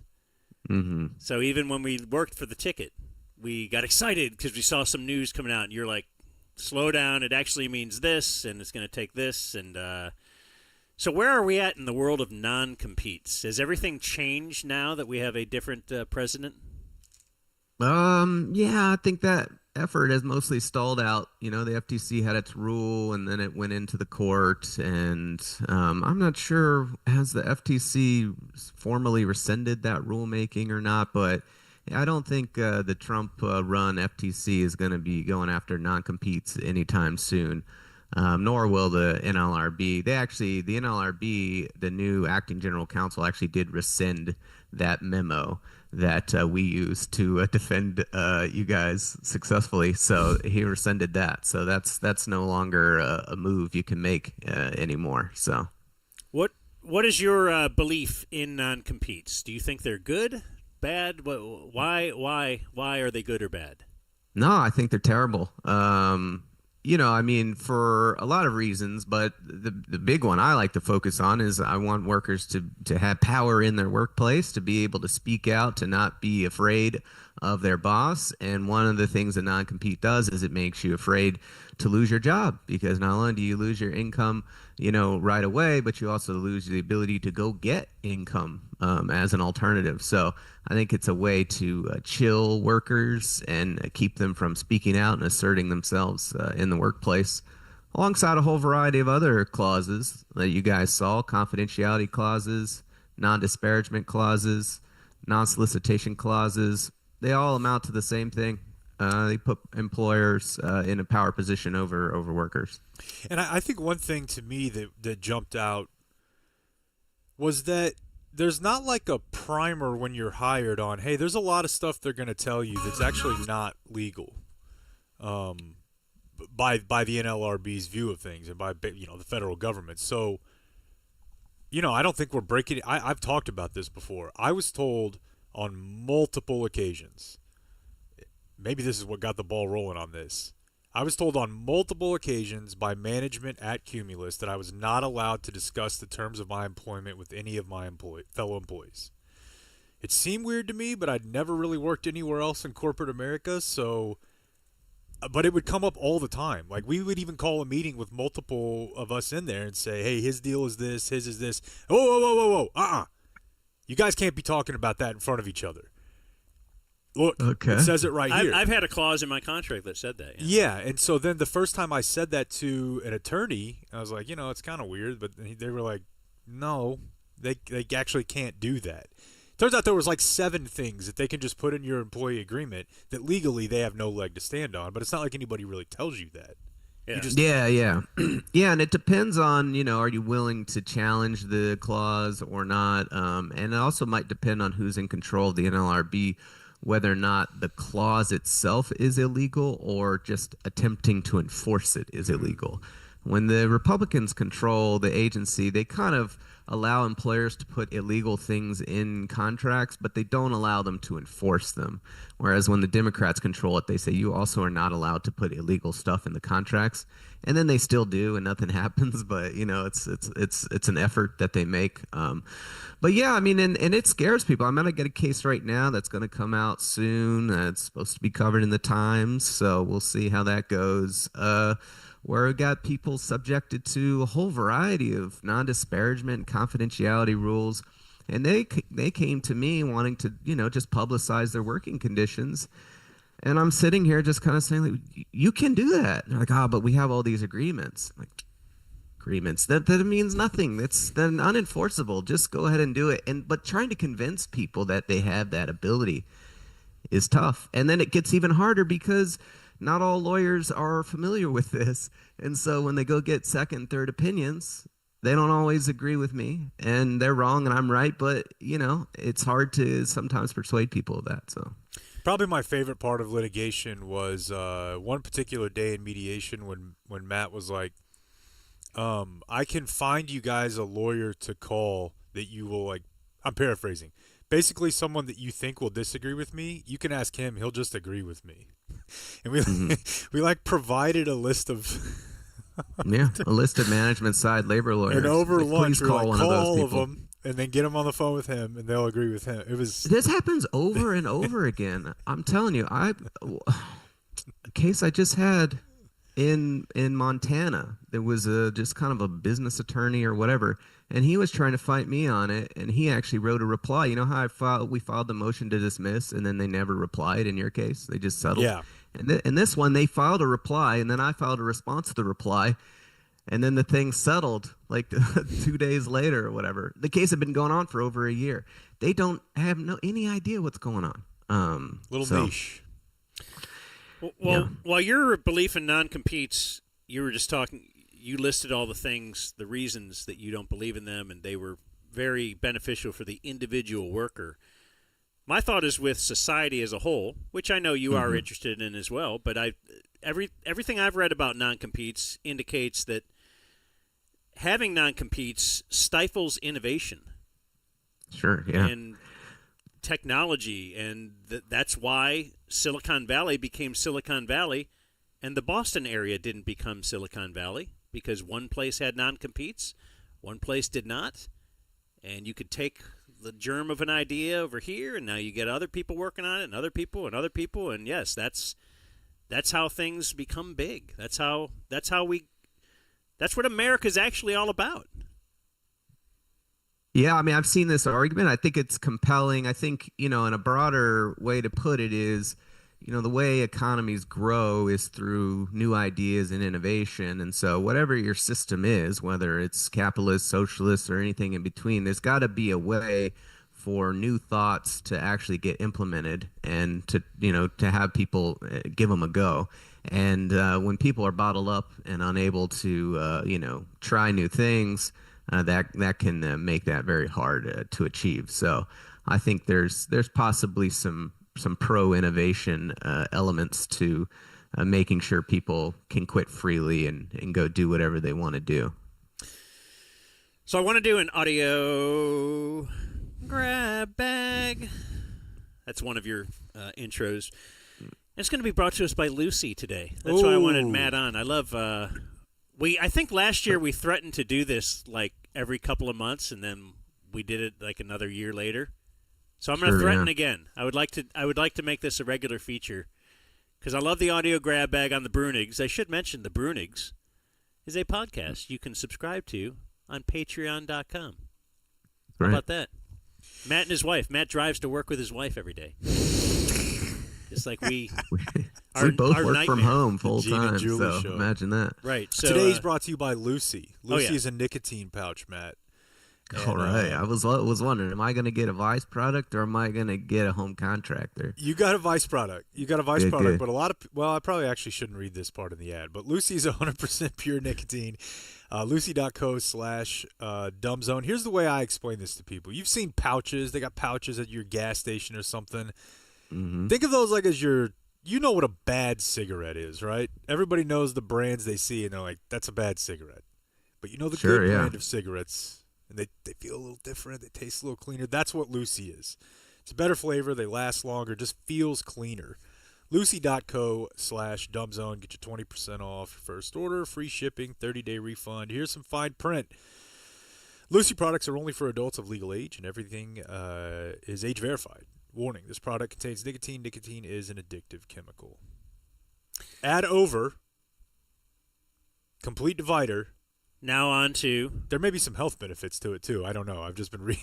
Okay. Nicotine and caffeine is good for its cognition. That's right. Yeah. Woman, person, camera, dog, TV. You'll nail it. But he doesn't do nicotine and caffeine. Or he probably does caffeine. No. I don't do either. No, he means you're our second favorite. He means Trump. Oh, that's right. Yeah. Trump and I are both substance-free. Very different outcomes, though. Interesting. Okay, so audio grab bag. If you said you put these in and labeled them best to worst, let's start with number 5 then, the self-improvement hack. Okay. I'll just throw off the day in the life one. But we'll go with 5 through 1 on the other ones. So, okay. Should I set it up at all? Sure. Okay, so I think Matt know sits Jake... and watches TikTok all day. Oh my God! He had one. There was one yesterday. He was the guy that works at Cracker Barrel. Who just Yeah. Okay. I didn't know if we'd done that yet. I don't know.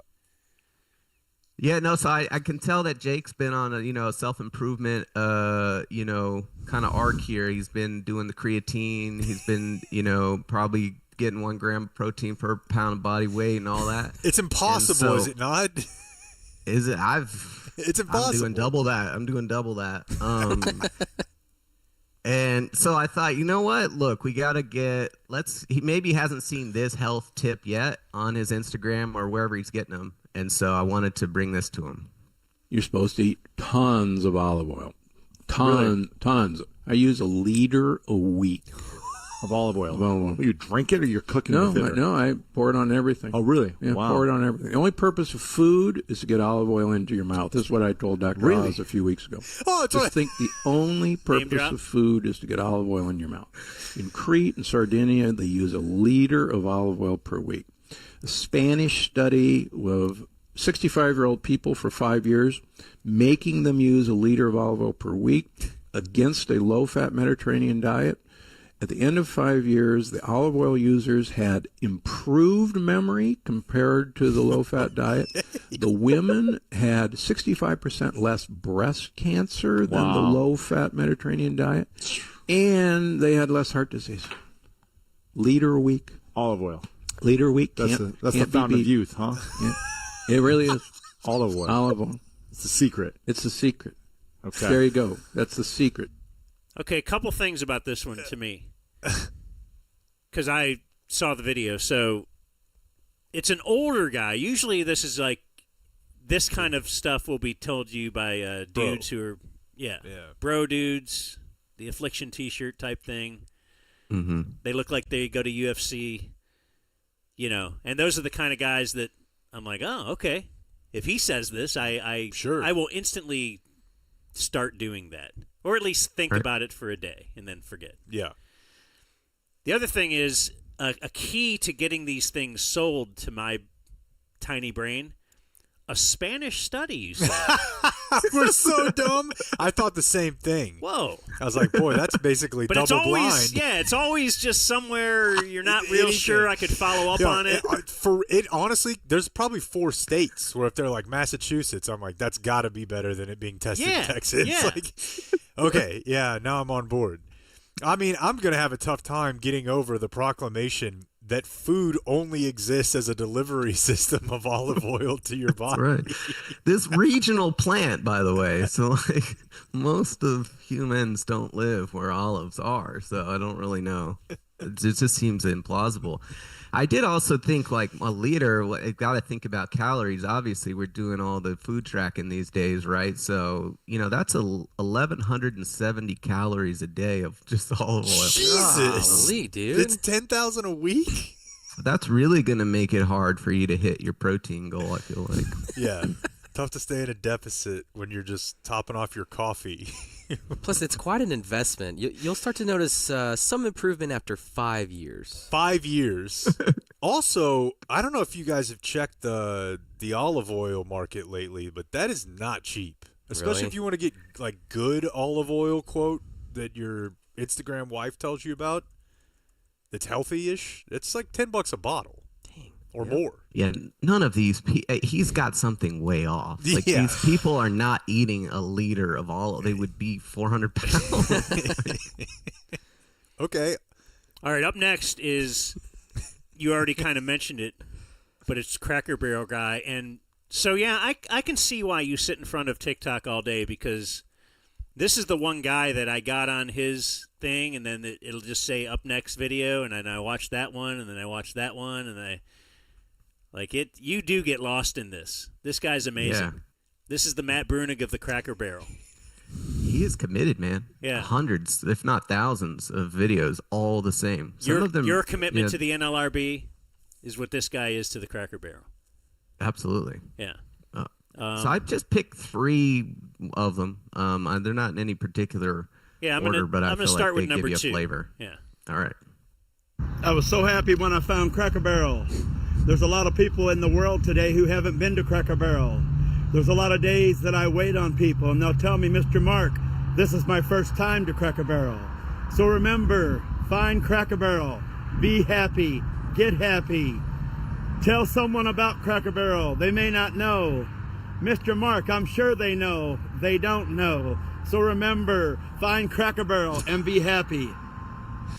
Okay, so I love his delivery and his affect. He kind of sounds like Jim Jones / like Elvis, the Jonestown Massacre guy. He's like, oh, and a fine Cracker Barrel. He works at Cracker Barrel and he effing loves his job. I don't have time for that. You don't have time for what? I don't have time for anything but Cracker Barrel. So remember, make time for Cracker Barrel. Visit there for breakfast, dinner, and lunch. To-go catering. There's one close by you.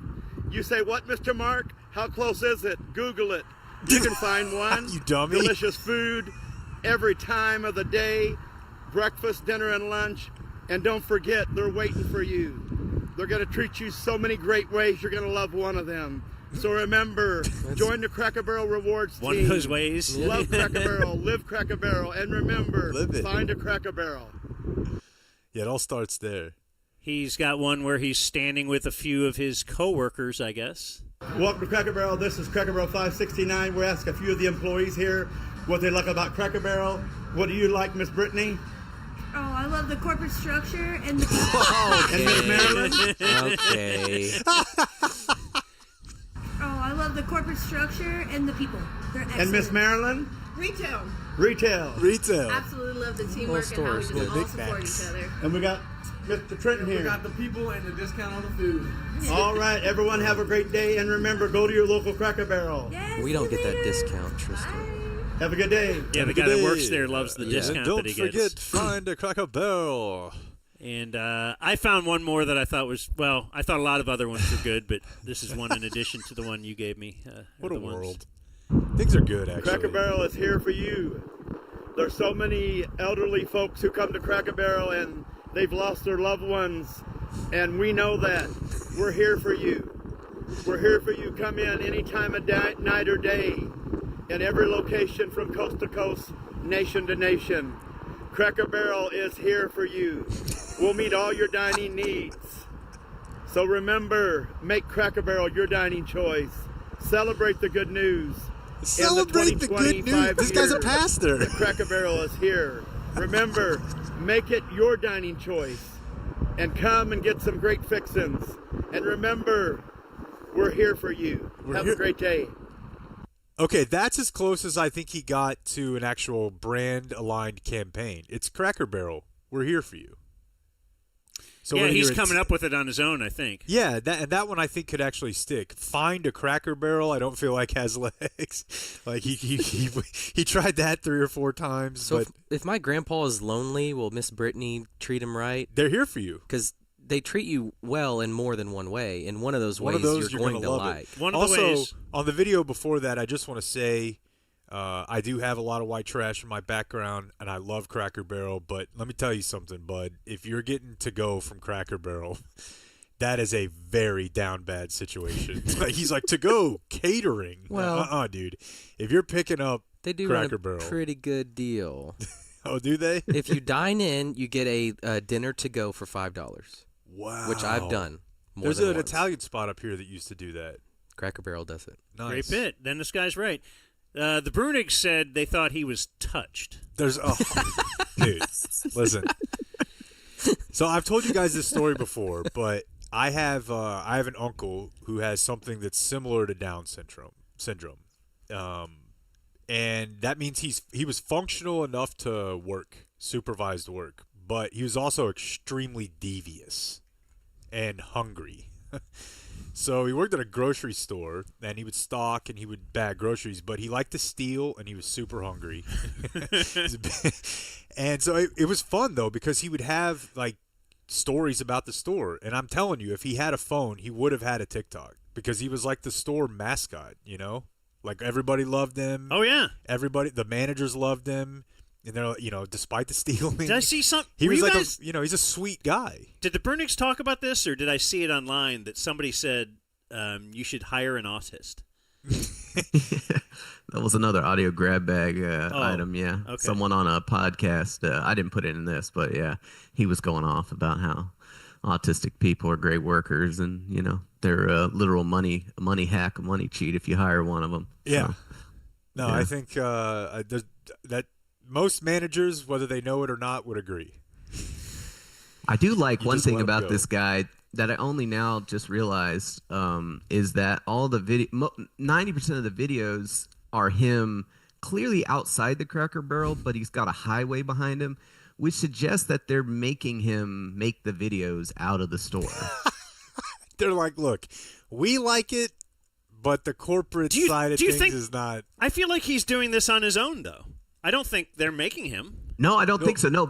I mean to say that, like, why Oh. doesn't he just do it in the store? And they're like, Mr. Mark, They're you saying gotta... you're causing a commotion. Yeah, making this video here. Why don't you just do it somewhere else? Yeah, just go into the parking lot, and then you can do your Cracker Barrel video. But they seem to like it, and there are videos where you can tell if someone from, like, the regional office is coming to the store, they're wanting to see him. So they're clearly aware, and if they wanted him to stop, I'm sure they could make him stop. So This is like a new thing. Who's the car dealer we got on? Not car dealer, but Doug salesman. Townsend? Yeah. Mm-hmm. Like, little places are getting their little fame from these I mean, things. honestly, dude, when the whole China, Trump, TikTok thing was happening, that was one of the points. Again, I don't know how true it is, but there was a lot of talk about how small businesses that thrive on TikTok are going to take it in the butt. Like wood. Well, yeah. Well, what they were defining a small business as a TikTok creator who gets some of the little TikTok money as well. So anyone who is getting, Okay. they're a small business content creation company or whatever. And finally, in today's audio grab bag, we have. Well, do you want to set it up?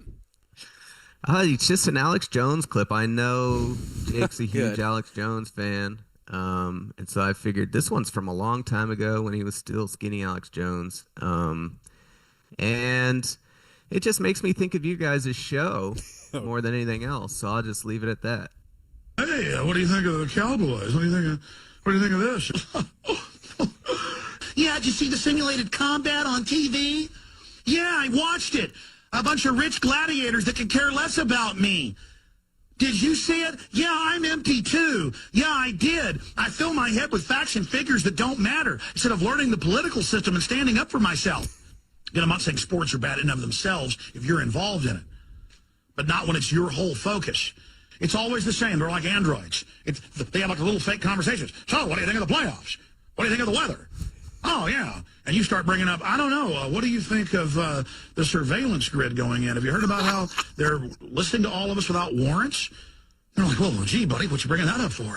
It's kind of weird. Well, it is weird they're doing it. It's very dangerous. Well, I don't care. I'm not involved in politics. I don't have to worry about that, Mac. Oh, really? They're putting the grid in place to rob you, you fat... Yeah, that's the classic my mom says no politics at Thanksgiving tweet.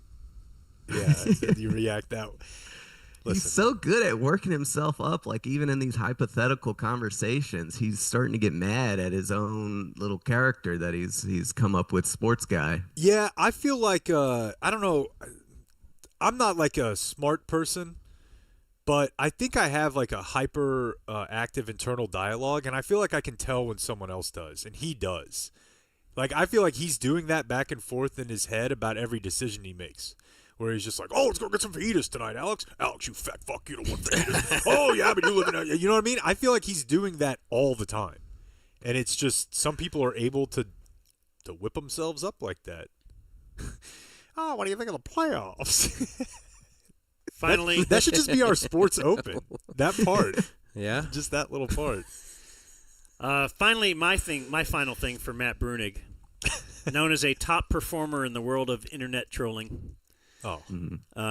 What is your take on the Luka trade? We're out of time. Don't let him do this. I've got so much, and you didn't even prep me for this, so I've been thinking about this a lot, okay? So first off, before we get into anything, I'm not fair weather fans. I'm not really into that, You got to stick with your team no matter what, good, bad, So some of the fair weather fan stuff I've not been a huge fan of. I'll be honest there. We'll get to that. Number two, look, Trump's cracking down on immigrants right now. You know what I'm saying? They're deporting people. I read there was a story in the Times today. There was a Brown professor who got deported. She's been working here for a while on a work visa. They just looked at her. They just looked at her and said, I was going to say, did she work at Brown or? Yeah, where'd she work? She was working at Brown University. Oh, okay. She has the same visa that Luka has. So, Nico might be thinking about a little bit of the political tides here that you're not thinking about. Yeah, Adelson's got an ear to the ground. What else? I had another... he can't play defense and... Oh, yeah. I mean, terrible for culture. Company culture is first and foremost, right? You want a Cracker Barrel-like vibe. You do, right? He's not going to do the Mavs video every day about come on down to Mavs Town like Cracker Barrel Man is. And that's going to hurt sales. And, I don't know. At the end of the day, he's kind of a big whiny crybaby, and he's not getting any younger. So I say, just stick it out, see how it goes. And, I think, Nico, you got to give him, and I guess I'll say this. Let's say it is a mistake. Have you never made a mistake? Oh, yeah. We're doing a cast the first stone type thing. Yeah. I mean, he was all perfect up until now, right? P.J. Washington, Derek Lively, Daniel Gafford. He's So what, he's before now. 17-1? Look, hey, add up all of his GM moves, and then we get a percentage, and they're pretty good, isn't that? That's what the owner is saying. He's saying, look, okay, yeah, but his batting percentage is pretty high. He got Kyrie, he got Clay, he got and so maybe no one bats 1,000. Yeah, okay, I don't know that he's capable of being like straight with us with his troll cape on, but you have to enjoy the uprising because oh yeah, no, I love that. In modern times, this is sort of we talk about this all the time. Like you just feel disconnected from the levers of power, and you're just like, look, people can just do things. They make a decision based on self-interest or cruelty, and you're just like, oh, there's nothing I can do. And it's been nice for me to feel that little bit of like, you know what? We can collectively get mad about our thing that Alex Jones would make us make fun of us for, and yell at the ruling class. And it feels good. Yeah, no, that's been great. And there's nothing they could do about it, really. I mean, they kick some people out of the arena, but that doesn't stop them from chanting at FC Dallas and whatever. Like medieval times. He's just getting ritually humiliated, and there's no amount of like top-down pressure that can bottle it up. So I do like that. It's not like your specialty is like armchair psychology of billionaires, but Dan said something earlier like maybe Dumont eventually just realizes it, and he has some sort of they fire Nico 4 or 5 years from now when it's safe. There's a mea culpa.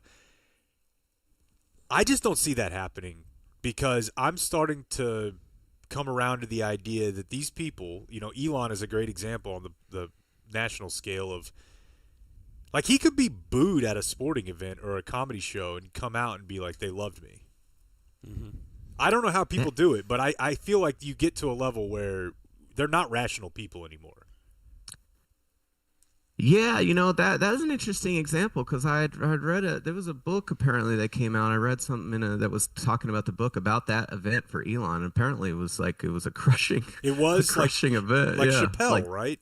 Yeah, like behind the scenes. Okay. Apparently, he like sent him into some kind of spiral. Good. So yeah. Okay.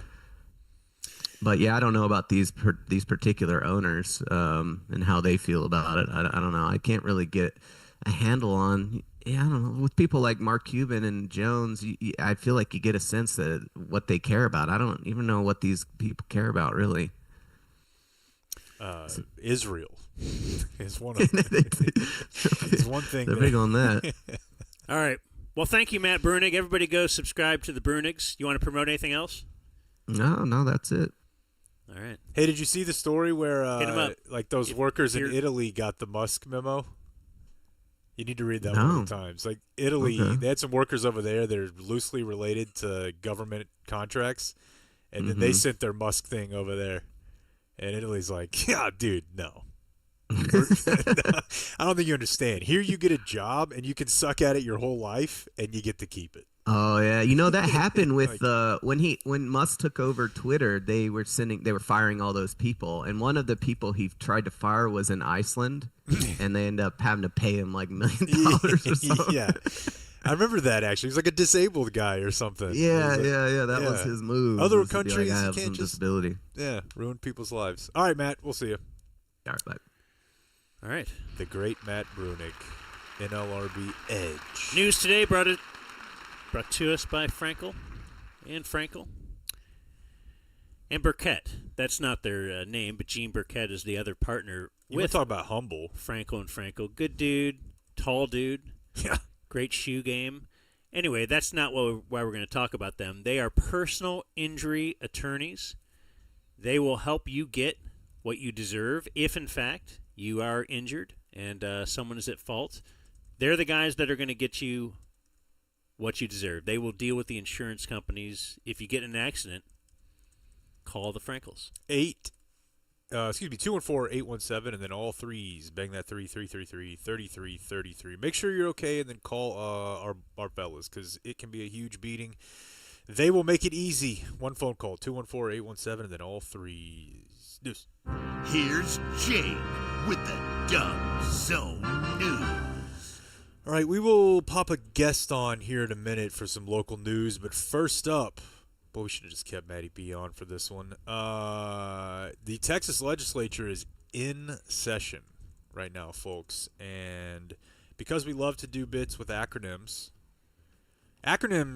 for bills, a close second to the names of sting operations. They try to get a little creative. This one is the Furries Act. The Forbidding Unlawful Representation of Role-Playing in Education Act. Nice. So speaking of unbelievable, they were able to figure that out. I know. Speaking, because you got to reverse engineer, right? Yeah, yeah. You got to figure it out from the. No, it's writing a parody song. I thought of a good hook. Now I got to fill in all the other things. Hats off to him. That's a tough nut to crack. So speaking of like your family member in politics at Thanksgiving, certainly all of us have had some brush with they're putting litter boxes in school classrooms, right? Yes. We've all heard this to some degree. Which is silly. It's not something that's happening. Like, I will give you, there might be a handful of transgender males trying to compete in women's sports, but it's very, very few. Like, it'd be statistically zero. But I will bet I'll bet this would be small for that community. Yeah, it's a little bit unclear where this whole quote-unquote hoax came from. Yeah. In December of 2021, the rumor was shared during the public comments section of some random Michigan school board, and it was quickly debunked. But then the leader of the Michigan Republican Party shared it on Facebook, and then it got written about on the New York Times. It's come up in every election cycle since then. 22 local and 23 national and 24. Joe Rogan mentioned it. Knew of a school that was offering litter boxes to students. He backtracked it, saying it doesn't seem there's any proof that they have put any litter boxes in there, which happens on Rogan a lot. Mm-hmm. He'll say something, and be like, his boy will try to find it, and then so it's straight up rumor. Now, at the same time, I'm not saying that there's not one kid in America who's never been like, I'm bringing a litter box to school. There may have been one. Yeah. Just like there was a kid in my high school who said that he won a concert for his birthday in the backyard played by Marilyn Manson from the new bag of Doritos 3Ds and the promotion they had. He didn't, but he said that. Mm-hmm. Anything can happen. But the good news is anything now can't happen due to the forbidding unlawful representation of role-playing in education. To actually bring this up into a bill and all that. Now, is this, I saw this alleged, is it that you are just trying to sow, I don't know, discontent, yes, with the public school system. If you make the public school system seem like this, the enemy, then you are able to get through your school vouchers, which it seems like most people are not on board with. Right? Yeah, it doesn't really matter, but right. But I'm just saying, if you can at least see this in there, and it's like, well, wait, public schools are crazy. Yeah, that's a great point. I've read a couple like this breakdowns from education websites. The teachers hate this. This is like a David Cross thing, though, where they had to put a law saying you can't have sex with somebody under 13 or whatever because somebody must have been doing it. Whereas this is opposite. Where, like, in the future, if you looked at this, you'd like, wow, this was such a big deal, they had to put a law in place. Yet, it's interesting we think that it's never happened, yet there's going to be a law in place. Now, non-human behavior, what does that mean? It's like my kids, their entire... They're not. Yeah, like they're little animals. Yeah, but this is mostly for like I say that about you or my wife when they're opening one of you guys opens a package, or she'll open the 12-pack, and they have like the perforated. This is a new argument, Blake. So yeah, they have the perforated 12-pack thing, and she'll like rip it open, just the thing, and then all the cans pour out. I'm like, what are you doing?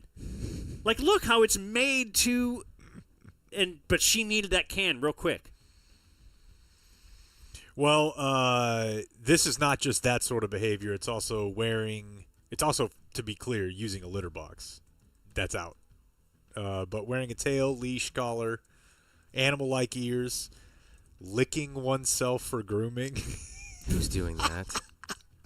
Making animal noises such Well, as if I could. barking, meowing, or hissing. So you tried. No meowing? They are prohibited from creating organizations or clubs related to non-human behavior. And they are also prohibited from promoting the belief that non-human behaviors are socially acceptable. Jeez, dude. What a waste of There time. are exemptions, though. You can still have mascots, Halloween, and theater performances. I don't know. So this is going up for a vote. Because why not? And then they'd be like, why did all these people vote no against this? They must love this behavior. So speaking of the school voucher thing, Friday after the show, this news came down that Keller has scrapped their plan to nuke their school district. Oh, wow. Because of quote-unquote budget concerns. Mm-hmm.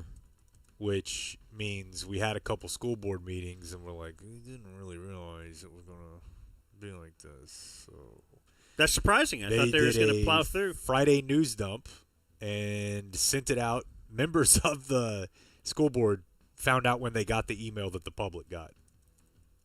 Now, what's interesting is they lost their superintendent over this. Kind of a back and forth.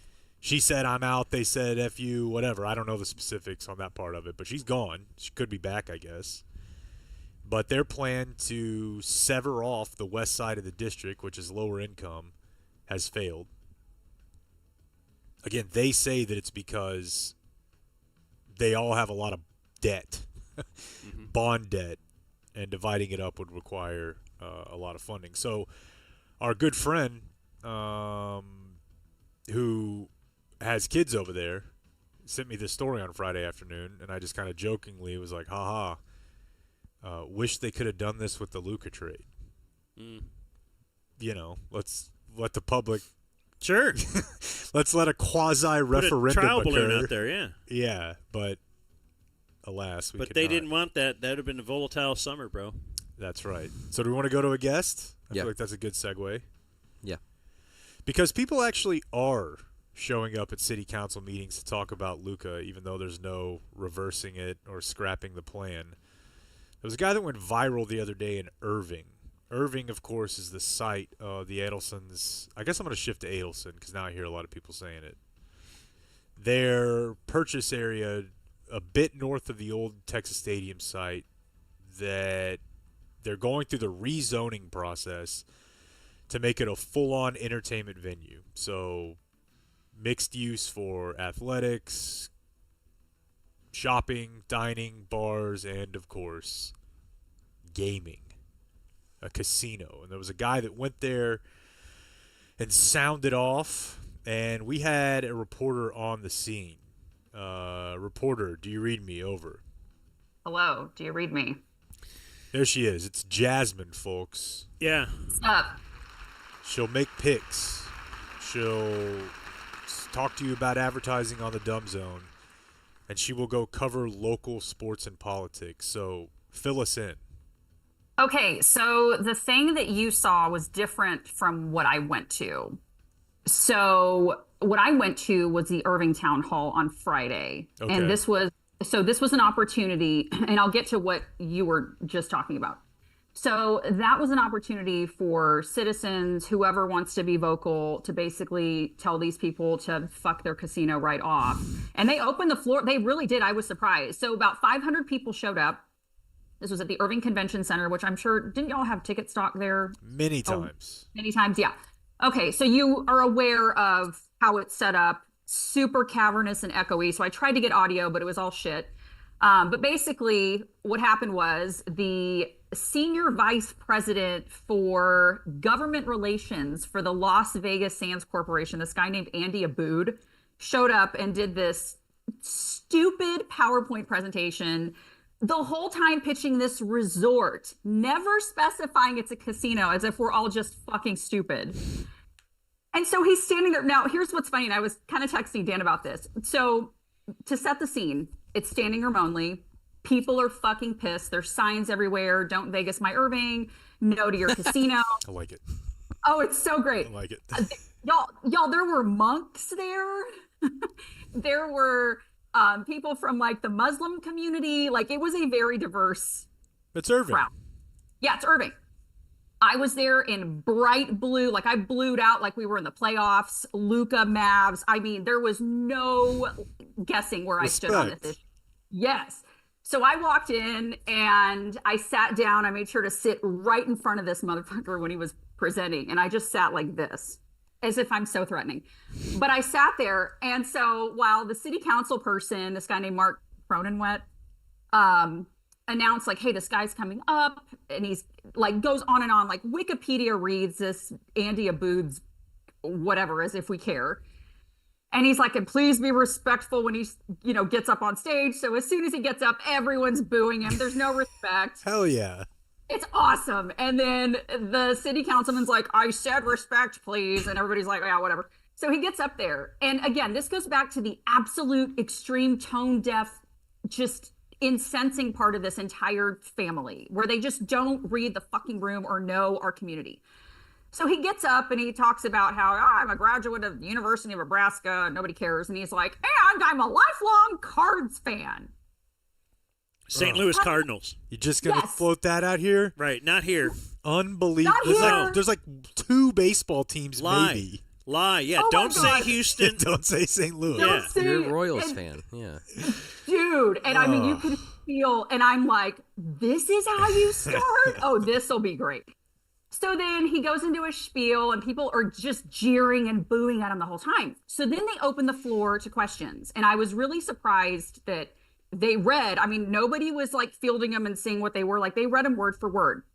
And so I'll give you what I asked. It was on a note card that a moderator read, but I said, given Patrick Dumont's approach to business dealings, particularly in relation to the Dallas Mavericks, how can we trust that the Sands is committed to true transparency as you expressed in your PowerPoint presentation for an hour and a half in its operations and decision-making for what's best for our community? So of course the crowd, I mean, I was kind That's of a proud. banger.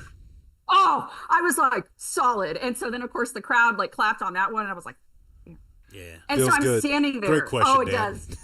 Yeah, and I'm standing there and I'm looking at him. I'm like, right here, pal. That was my fucking question, right here. And so then he goes, and I quote, he goes, I'm not sure what that person means by that question, because I think everything that the company does is pretty transparent. With all due respect, I simply reject every notion of that person's question.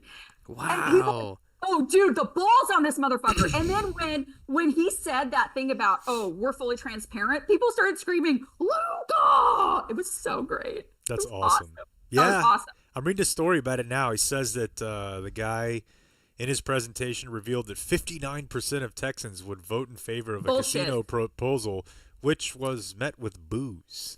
Oh, dude, it was total horror. So what he did, and look, to his credit, he's supposed to do what he's supposed to do, right? So he had this PowerPoint presentation. At one point, he had all these heat maps of these areas all over Texas where it's illegal. People are doing their slot machines that are unregulated. And we're like, no one gives a fuck. We don't care. I didn't know that was going on, which shows you it's not in my face. I don't care.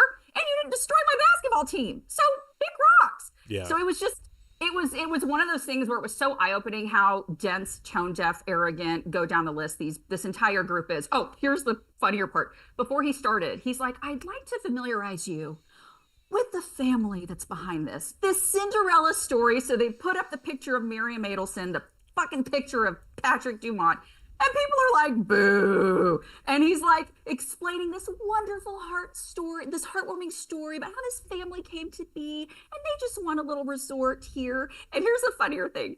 He's showing his global portfolio, right? Again, tone deaf. He's like, and if any of you sitting in this room have never been to the Four Seasons, we're in Las Colinas.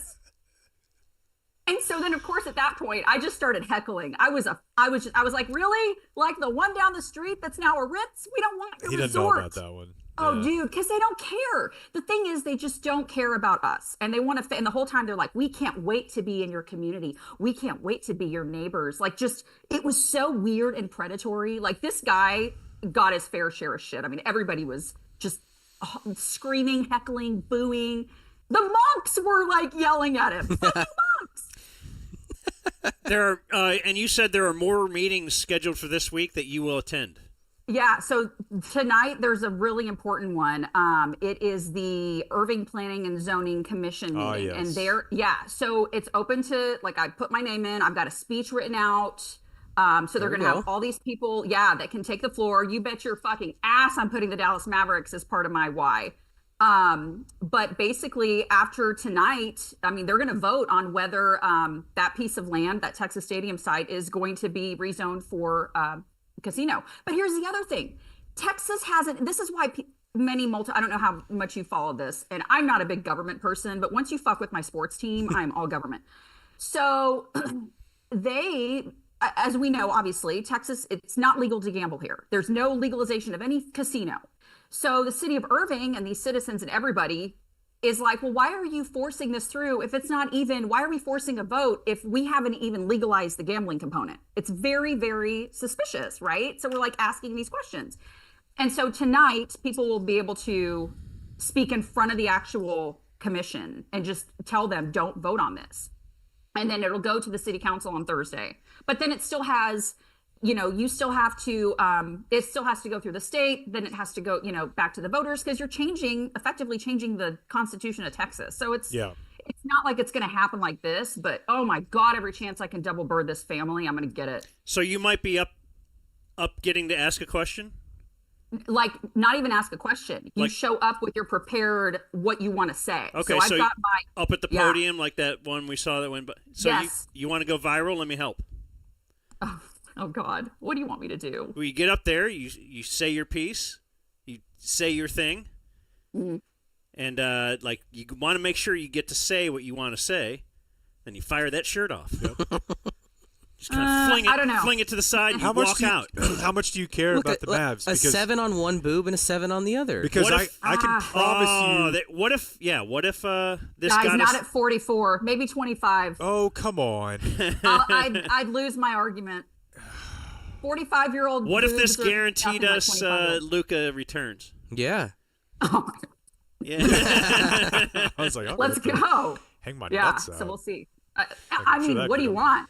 That'll get him. Jake's nuts. But yeah, so we'll see. But they're giving everybody 5 minutes max. They'll, pull out the cane, but everybody gets 5 minutes that's signed up, and I went and signed up to speak. And I feel so, like, backstory, I grew up in Irving. So my mom, the house I grew up in is like 2 exits from this Texas Stadium site. So I have every right to fucking speak. There you go. Yeah, so we'll see. Well, go get them. I'll go get them. Thanks for the report. Yeah, you bet. Hey, I need to get some Dumb Zone shirts for the monks. Done. You've come to the right place. Yeah, sure. I think that would be great. Because the monk community needs to know about the Dumb Zone. These are some very rad monks. I completely I undersold monks. I thought they were quiet and boring. These guys were ready to party. These are some cool ass monks. All right. They make beer and stuff. We'll see you later. Okay, bye. There's Jasmine reporting live from Irving.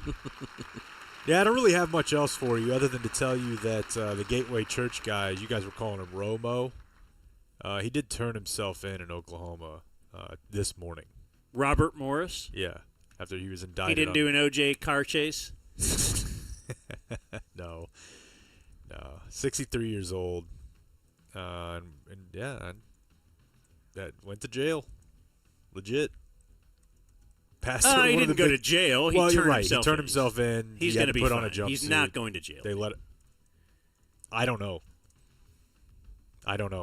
He certainly faces the possibility of that, but yeah, probably not.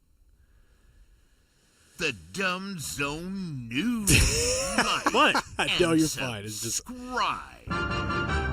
You were wrapping up. No, I know. It was awkward. I'm trying to shoehorn one in there real quick. Post Jazzy Jeff. Today in history is going to be brought to us by Lone Star Beer and Lone Star Light. That is audio of Lone Star beer being poured. Lone Star beer in the red can, of course. Lone Star Light is what I generally prefer in the blue can. But they're fantastic. They also have LoneStarBeer.com. And when you go there, you can get some awesome merch, like this hat that I am wearing right now. Like this shirt. Oh, that you're I'm wearing a Lone Star right now. T-shirt today. Look at that bad boy. That's a cool shirt. Fits great on my weird body. So if you got weird body, it's a good shirt. Feels good. You get a nice discount, too. DumbZone 21. Don't be like the sit-in Dan who got the swag without the coupon code. No, Don't pay full save price. money by typing in all one word, DumbZone21. You get 21% off the merch. Must be 21 or over to purchase. So you'll get money savings. We'll get hey, Lone Star Beer will know that you supported us. And Lone Star Beer celebrating 140 years of brewing in Texas. Thank you for your partnership, the greatness of Lone Star. Go peruse, man. Go peruse that website. Beer. I'm going to do it at every single spot. What are you going to do? Jam you up. Oh, look, they got a little coffee cup. Little coffee cup to put your put your little TV in. We could start off with viewer mail birthdays. I never got to viewer mail today. We'll get to that tomorrow. Viewer mail birthdays, though. We wish Jason says, I want to wish Carolyn Ennis. Or is it Enos? A happy Luca plus Anthony Davis birthday. Big DZ fan. I'm a day one subby. Her leader is Bracket Dan throwing a ball against a wall for fitness. That's Jason Ennis. We have Dear Fuhrer of Fertility. It is the 29th birthday of my firstborn, A.C. McGahee. Great dude. You Yeah, we announced know the this birth guy. of his son a few epis ago. Yeah. Yeah, I remember. Congrats on that. This is from James McGahee. We also got from Robert, wishing male nurse AC from an April 2024 sit-in, 29 years old. Yeah, no, this is big news, despite your best efforts. He says, thanks for giving he and I things to talk about during family get-togethers. Hashtag flared bass from Robert. Wait, are you saying I was against him? You were trying to...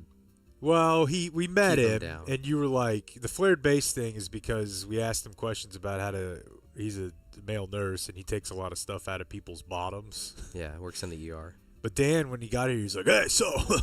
Got any kids? Bro, you got any kids alive or whatever? And he was like, oh, man, we actually just miscarried. Not alive. No. Yeah, we had one that was pretty late. Yeah, and then Dan you was were like, you'll never have a real kid. Try some of my real cum. And now he's... Take this home tour. And now he's got a baby. So, very, very solid shot. And the Stars are, despite yesterday, doing well. I remember. So being he now big has a Stars baby, guy. thanks to me, you're saying? It's in the you got it, inspiration? Yeah, it was your real cum that impregnated her. Right. Sometimes you got to have a... Just being around me. That's all you need. Yeah. You're like a Dan Campbell. And so I got this resent. I thought I wished this guy happy birthday on Friday, but this is from Quentin Artho. But Yeah, the cute. the subject line did say March 17th birthday, so maybe I messed up. His son, Max. Max Yeah, we know Artho. I'm that. going to guess the last name is Artho as well. But you never know. know. The way Quentin Artho gets around. Slanging that Q seed. Yeah. Q seed connect this. It is Monday, March 17th. Man, I wonder if I should do this tomorrow. I know we got bits planned for this week. Oh, by the way, I made the executive decision in the break that on Wednesday, it's a couple days late, but we're going to release the full It's Just Banter again on our feed, where TC and Dan broke down their trip to the Crichton See, that's what neighborhood. I was doing this morning, is going through old Leprechaun audio. Yeah. That you Like just meeting the lady. Let me just do what I was doing for you this morning. It will never stop. That's the problem. No, this will stop because I was just going real quick, just a quick listen to the beginning of all these cuts. You want some crack? So we went to Mobile, Alabama in 2014 to find the leprechaun. Excuse me. May I ask you guys something? What's up? Do you know the story of the leprechaun tree? Oh, it's Midget Sean. That's a friend of ours. He's a midget. What gave it away? That's a friend of ours. He's a midget. Yeah, that's the first lady we ran into. She's outside wearing pajama pants. Before it was big to wear pajama pants. Now everybody's doing it. This lady was doing it in 2014. Ended up giving us directions, of course. Well, you can you can take Hayes Avenue. You remember that, of course. She's and got then like a Marvin the Martian shower cap on. Our trip around she would send us to one corner. We would talk to somebody. They would send Excuse me. You know who Midget Sean is? Yeah, I know of them. Yeah, so everybody knows who he is. It's Hey, excuse me. How you doing? Hey, you know who Midget Sean is? Yeah. See, they all know. They all know Midget Sean. Y'all lost? Do you know who Midget Sean is? Yeah. We're looking for Midget Sean. I ain't seen him today. What y'all? See, like everybody like you walk around this city. It's a big dog. Everybody knows who Midget Sean is. And yeah, man, we ended up getting his number and meeting him and met his cousin and we met Midget Sean himself. Took a ride in the car. Yeah. So I said, it was St. Patrick's Day. So I said, well, that's Midget Sean. They got the Bigfoot, the Loch Ness monster. You know what I'm saying? And I said, well, we can say the leprechaun in the tree. And so I climbed up to the tree, and everybody said, "There ain't no real leprechaun." Everybody thought it was the movie, but it was a real leprechaun. It was me. Yes, and I guess on the It's Just Banter. So on the ticket, we, of course, talked about this and played some really short cuts. And then on It's Just Banter with the podcast format, was it you and me and TC? Or just me and TC? No, it was all three of us, but it's an hour and a half of gold. Of just listening to everything in Longer full. form audio, yeah. Okay. Are we going to put it on our feed on Wednesday? Yeah. Okay. Look at that. Look at that business decision he made. We can't stop this freight train. What day is today? Oh, March 17th, obviously. On this day in 1988, Avianca Flight 410, a Boeing 727 crashed after takeoff into a mountain in Colombia, killing all 143 people on board. That was a big deal. You ever read about that? They eat each other? No, this wasn't that. The Colombian... Just the theories on why there were so many jet airline crashes in a short period of time around that area. And it was... I don't remember. It was a Klosterman book or... But it was like there was lots of machismo involved. Just like I can make it. And if things were going wrong, like it was just it was like a culture thing. Huh. Anyway, on this day in 1990, the Texas Giant opened to the public at Six Flags. Damn, dude. What a day that must have been for kids. I was so freaked out, man. In 1990, was this huge news? Yo, yeah. It was like you saw it being built. I swear to God, it was like a sports team moving here. Yeah. It was wood. It was called Texas. I was so freaked out the first time. Yeah, I remember when they opened the Titan. It was very similar. Titan was big a little bit later, but the Texas Giant, man, you'd go on it, and it was just so rickety. Never rode it. It was wood, and it was just herky jerking you back and forth. Like, I would get sore riding it, and you're like, go again. Is that the one where the lady fell out? Mm-hmm. Yeah. And then her head fell out of her body. On this day in 2005, baseball players... You don't know about that? No. She didn't just fall out. Her head fell out. The Texas Giant lady was straight up sliced, decapitated. Wow. And I actually know someone. I got a buddy That? who was in line to get on the Texas Giant when that happened. Was he also 500 pounds? No. He might have been okay then. Look what she was wearing. I see the... This is the day in 2005 baseball players testified in Congress about steroids. Rafi Palmeiro, Sammy Sosa testified they had not used them. Mark McGwire refused to say whether he had. On this day in 2008, Paul McCartney divorced his wife, Heather Mills.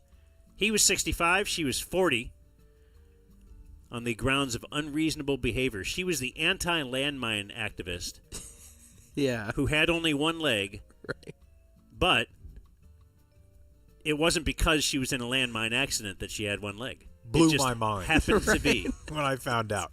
One of my favorite But a great incidents. spokesperson for it. Yeah, no, that's a circumstance worked out there. On It this does day in- remind me of the, I've always thought that Mark Wahlberg made that Asian guy blind. He didn't. Oh, he just beat up like a blind guy? Yeah. Okay. On this day in 2016, two things happened. SeaWorld said they would no longer breed killer whales or make them perform crowd-pleasing tricks because they got all woke. Must mean that documentary must have just come out before this. Free Willy? No, Blackfish. And on this day in That 2016, Silicon. Brendan Morrow officially retired from the NHL by signing a one-day contract with the Dallas Stars. Bad bit. Elsewhere, former Ranger Chris Davis, 39. Which So, one? K or C? C. Money. The Masher. K is the one who guaranteed playoffs that year. He was here for a game. He did. Just hold them off till I get back, boys. Sam Bowie is 64. Of the high school. Sam Bowie was drafted before Michael Jordan in 1984, the 1984 NBA draft. Take a look at it. It's tough. Olajuwon 1, Sam Bowie 2, Jordan 3. I can't remember exactly where. It might have been 4 that Barkley went. Perk 4, Barkley 5. Sam Perkins. Wow. Dixon. Yeah, not Perk. Oh, okay. So the Mavs have Barkley on the board and went Sam Perkins. Mm-hmm. And Stockton was later in the first round as well. 16. I forgot to say this in the weekend check, but first time the kid has seen Space Jam. He's all in. The first one? Big Michael Jordan fan now. Okay. He's running around the house saying, I'm Michael Jordan. And so typically what we'll do is when he discovers a movie that he likes, we'd like to go get books about it. And I cannot find a Space Jam book that features an MJ and not LeBron. Really? Yeah. The king went on an IP. Proves he's a GOAT. Just erased it. Mia Hamm, 53. Can I stick my tongue down your throat? It's an undefeated moment. Danny Ainge is 66. Man, what a weird career. Yeah. Just How about his early career? He was in the major leagues. Did you know this? Danny Ainge played for the Blue Jays. He was playing third base when Len Barker threw a perfect game against the Blue Jays. Wow. Yeah. How about that? Cordero Patterson, 34. I would have thought older. Man. Cito Gaston is 81. Baseball manager, born in San Antonio. Brandon Ayuk is 27. Ayuk is on fire. Katie Ledecky, 28. The Olympic swimmer. Is she related to somebody? Probably. Tracy Wolfson is 50. Journalism.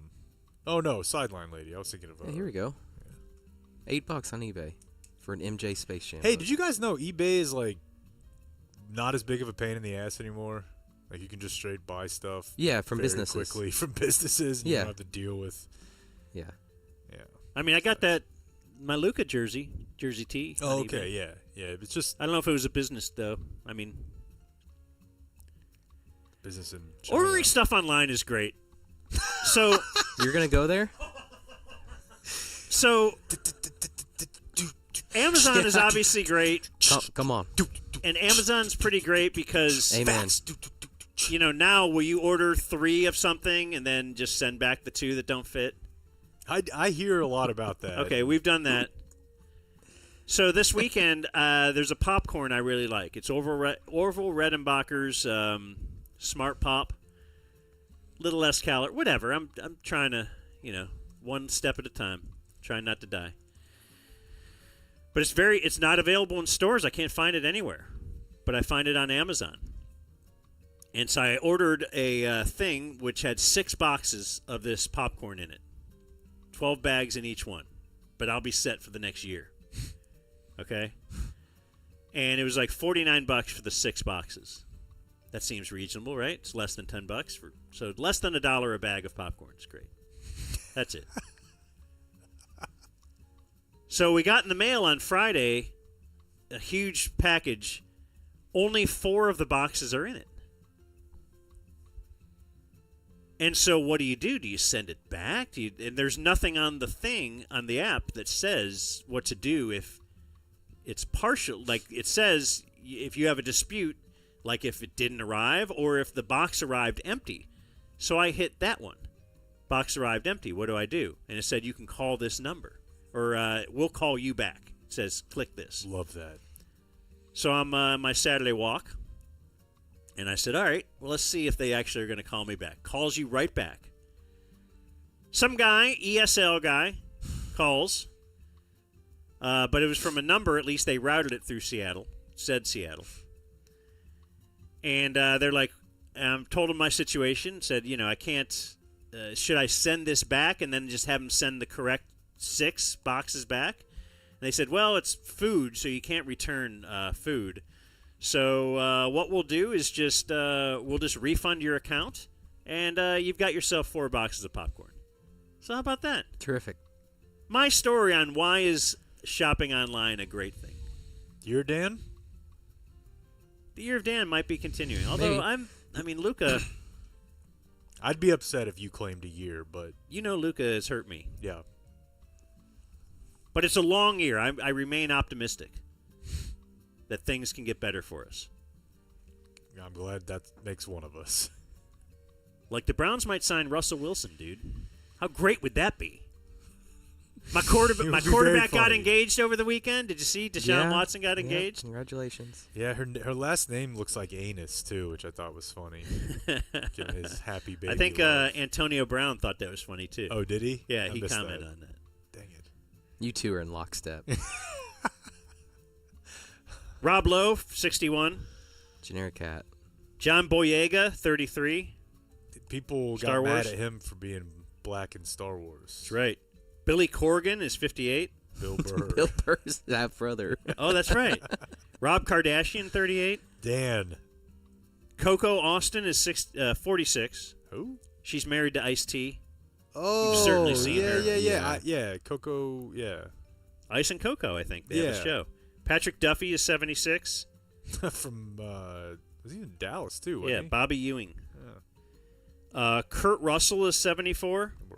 Step-by-step guy. Gary Sinise is 70. Damn. Lieutenant Dan. What an actor. Patty Boyd is 81. She must have the most magical down there area going. Okay, tell me. Yeah. What do we got? Because she was married to George Harrison and then stolen away by Eric Clapton. Like she's married to both. Yeah, it's either that or she's super okay with putting up with like heroin-addled, womanizing woman beaters. Yeah. Or maybe she wanted to switch to a talented musician. Ooh, wow. Damn. That's harsh. Reed Timmer is 45. He is of the TV show Storm Chasers. But our feature birthday today, 46 years old. Who in this room has seen her? Stormy Daniels. Oh, I thought it was going to be Lindsay.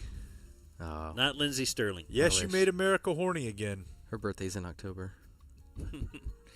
Born on this day now dead, John Wayne Gacy, the serial killer. He killed cereal. And Dead on the Stay Still Dead, we will give you Lance Reddick from The Wire. Man. Yeah, from The Wire, and appeared his last role posthumously in J-Dub 4. Oh, John Wick? Really? Yeah, he was already dead. He was in a little Tim and Eric as well. Yeah, I remember that. Yeah. And that was Today in History. So 2 quick things. Over the weekend, I celebrated my 5-year anniversary with you two. Went back and listened to the original audio of the announcement, and I could not believe how much you guys hated me and wondered how we ever got here. But the big thing is, why is this clock in front of me turned around? It's time to discuss it. Well, the clock, this is a dumb... You're really wanting to bring this on the air? And I guess waiting 2.5 hours in is the best time if you're going to. Yeah. Because it is closing I didn't remarks. want to lead off with it. Brought to us by Fairlease. Okay. These are closing Fairlease.org. remarks. Yeah. Yeah, so there's an alarm clock, right? It's just a basic 90s digital alarm clock. But I look at it every minute. Yeah. It fits directly to Blake's like 12:30 or 1. It's Yes, right in front of me. And today, that alarm clock is still there. So for the past 2 weeks, it's been an hour behind because I understand how daylight savings works. But So- when I came in here and I saw it flipped around, I knew exactly what you did and why you did it. But my question is, why not just change the time? So everything's a mental game with me. So last night, yes, I'm working, doing my stuff. Such an R. And I saw it, and it was an hour off, and it was bothering me.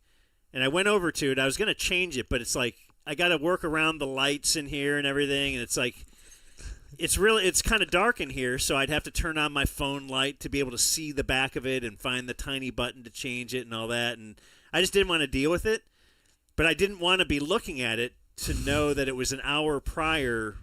You know, for the rest of the night, yeah. So he just turned it around. So, yeah, and then I didn't want to walk. And then I thought, why do I even have this alarm clock? And I played in my head, why is this in here? This is not 1970 or whatever. Yes, we don't need an alarm clock in here. But I realized, I put it here when we used to do the show here for the ticket. And it was probably pandemic era and everything. And because we had to be on the clock and just wanted to make sure I could always see a clock. Even though I have my computer in front of me all the time. I don't know. Maybe it was more for Jake. I enjoyed it. I like having the clock. Well, Yeah, I so do the too. point is, then I didn't want to walk around. I was thinking I'll just unplug it and put it away. No, can't do that. Okay. So you want me to fix the clock? Yeah, I want you to either fix it or get it out of here because it's just weird. Yeah, so then I just turned it around. And so you're looking at the back the of a backward clock. clock. I just didn't want to be able to see it because it would bother me. And it would mentally make me want to go to bed an hour later. Little games we play. Same time tomorrow? You guys want to do this again? Yeah. All right. Adios, mofo. Gotta go before Hey, this happy becomes a St. zoo. Patrick's Day, guys. If you're watching my video, subscribe and type for my name if you want to watch more of my videos. To me, it look like a leprechaun to me. All you gotta do is look up in the tree. Who else seen the leprechaun? Say yeah!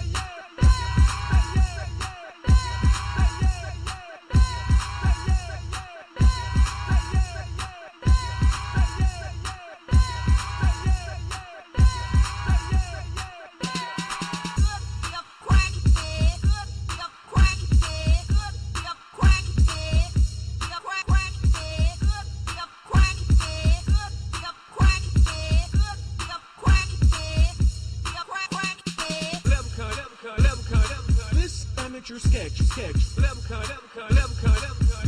amateur sketch. This amateur sketch. This amateur sketch.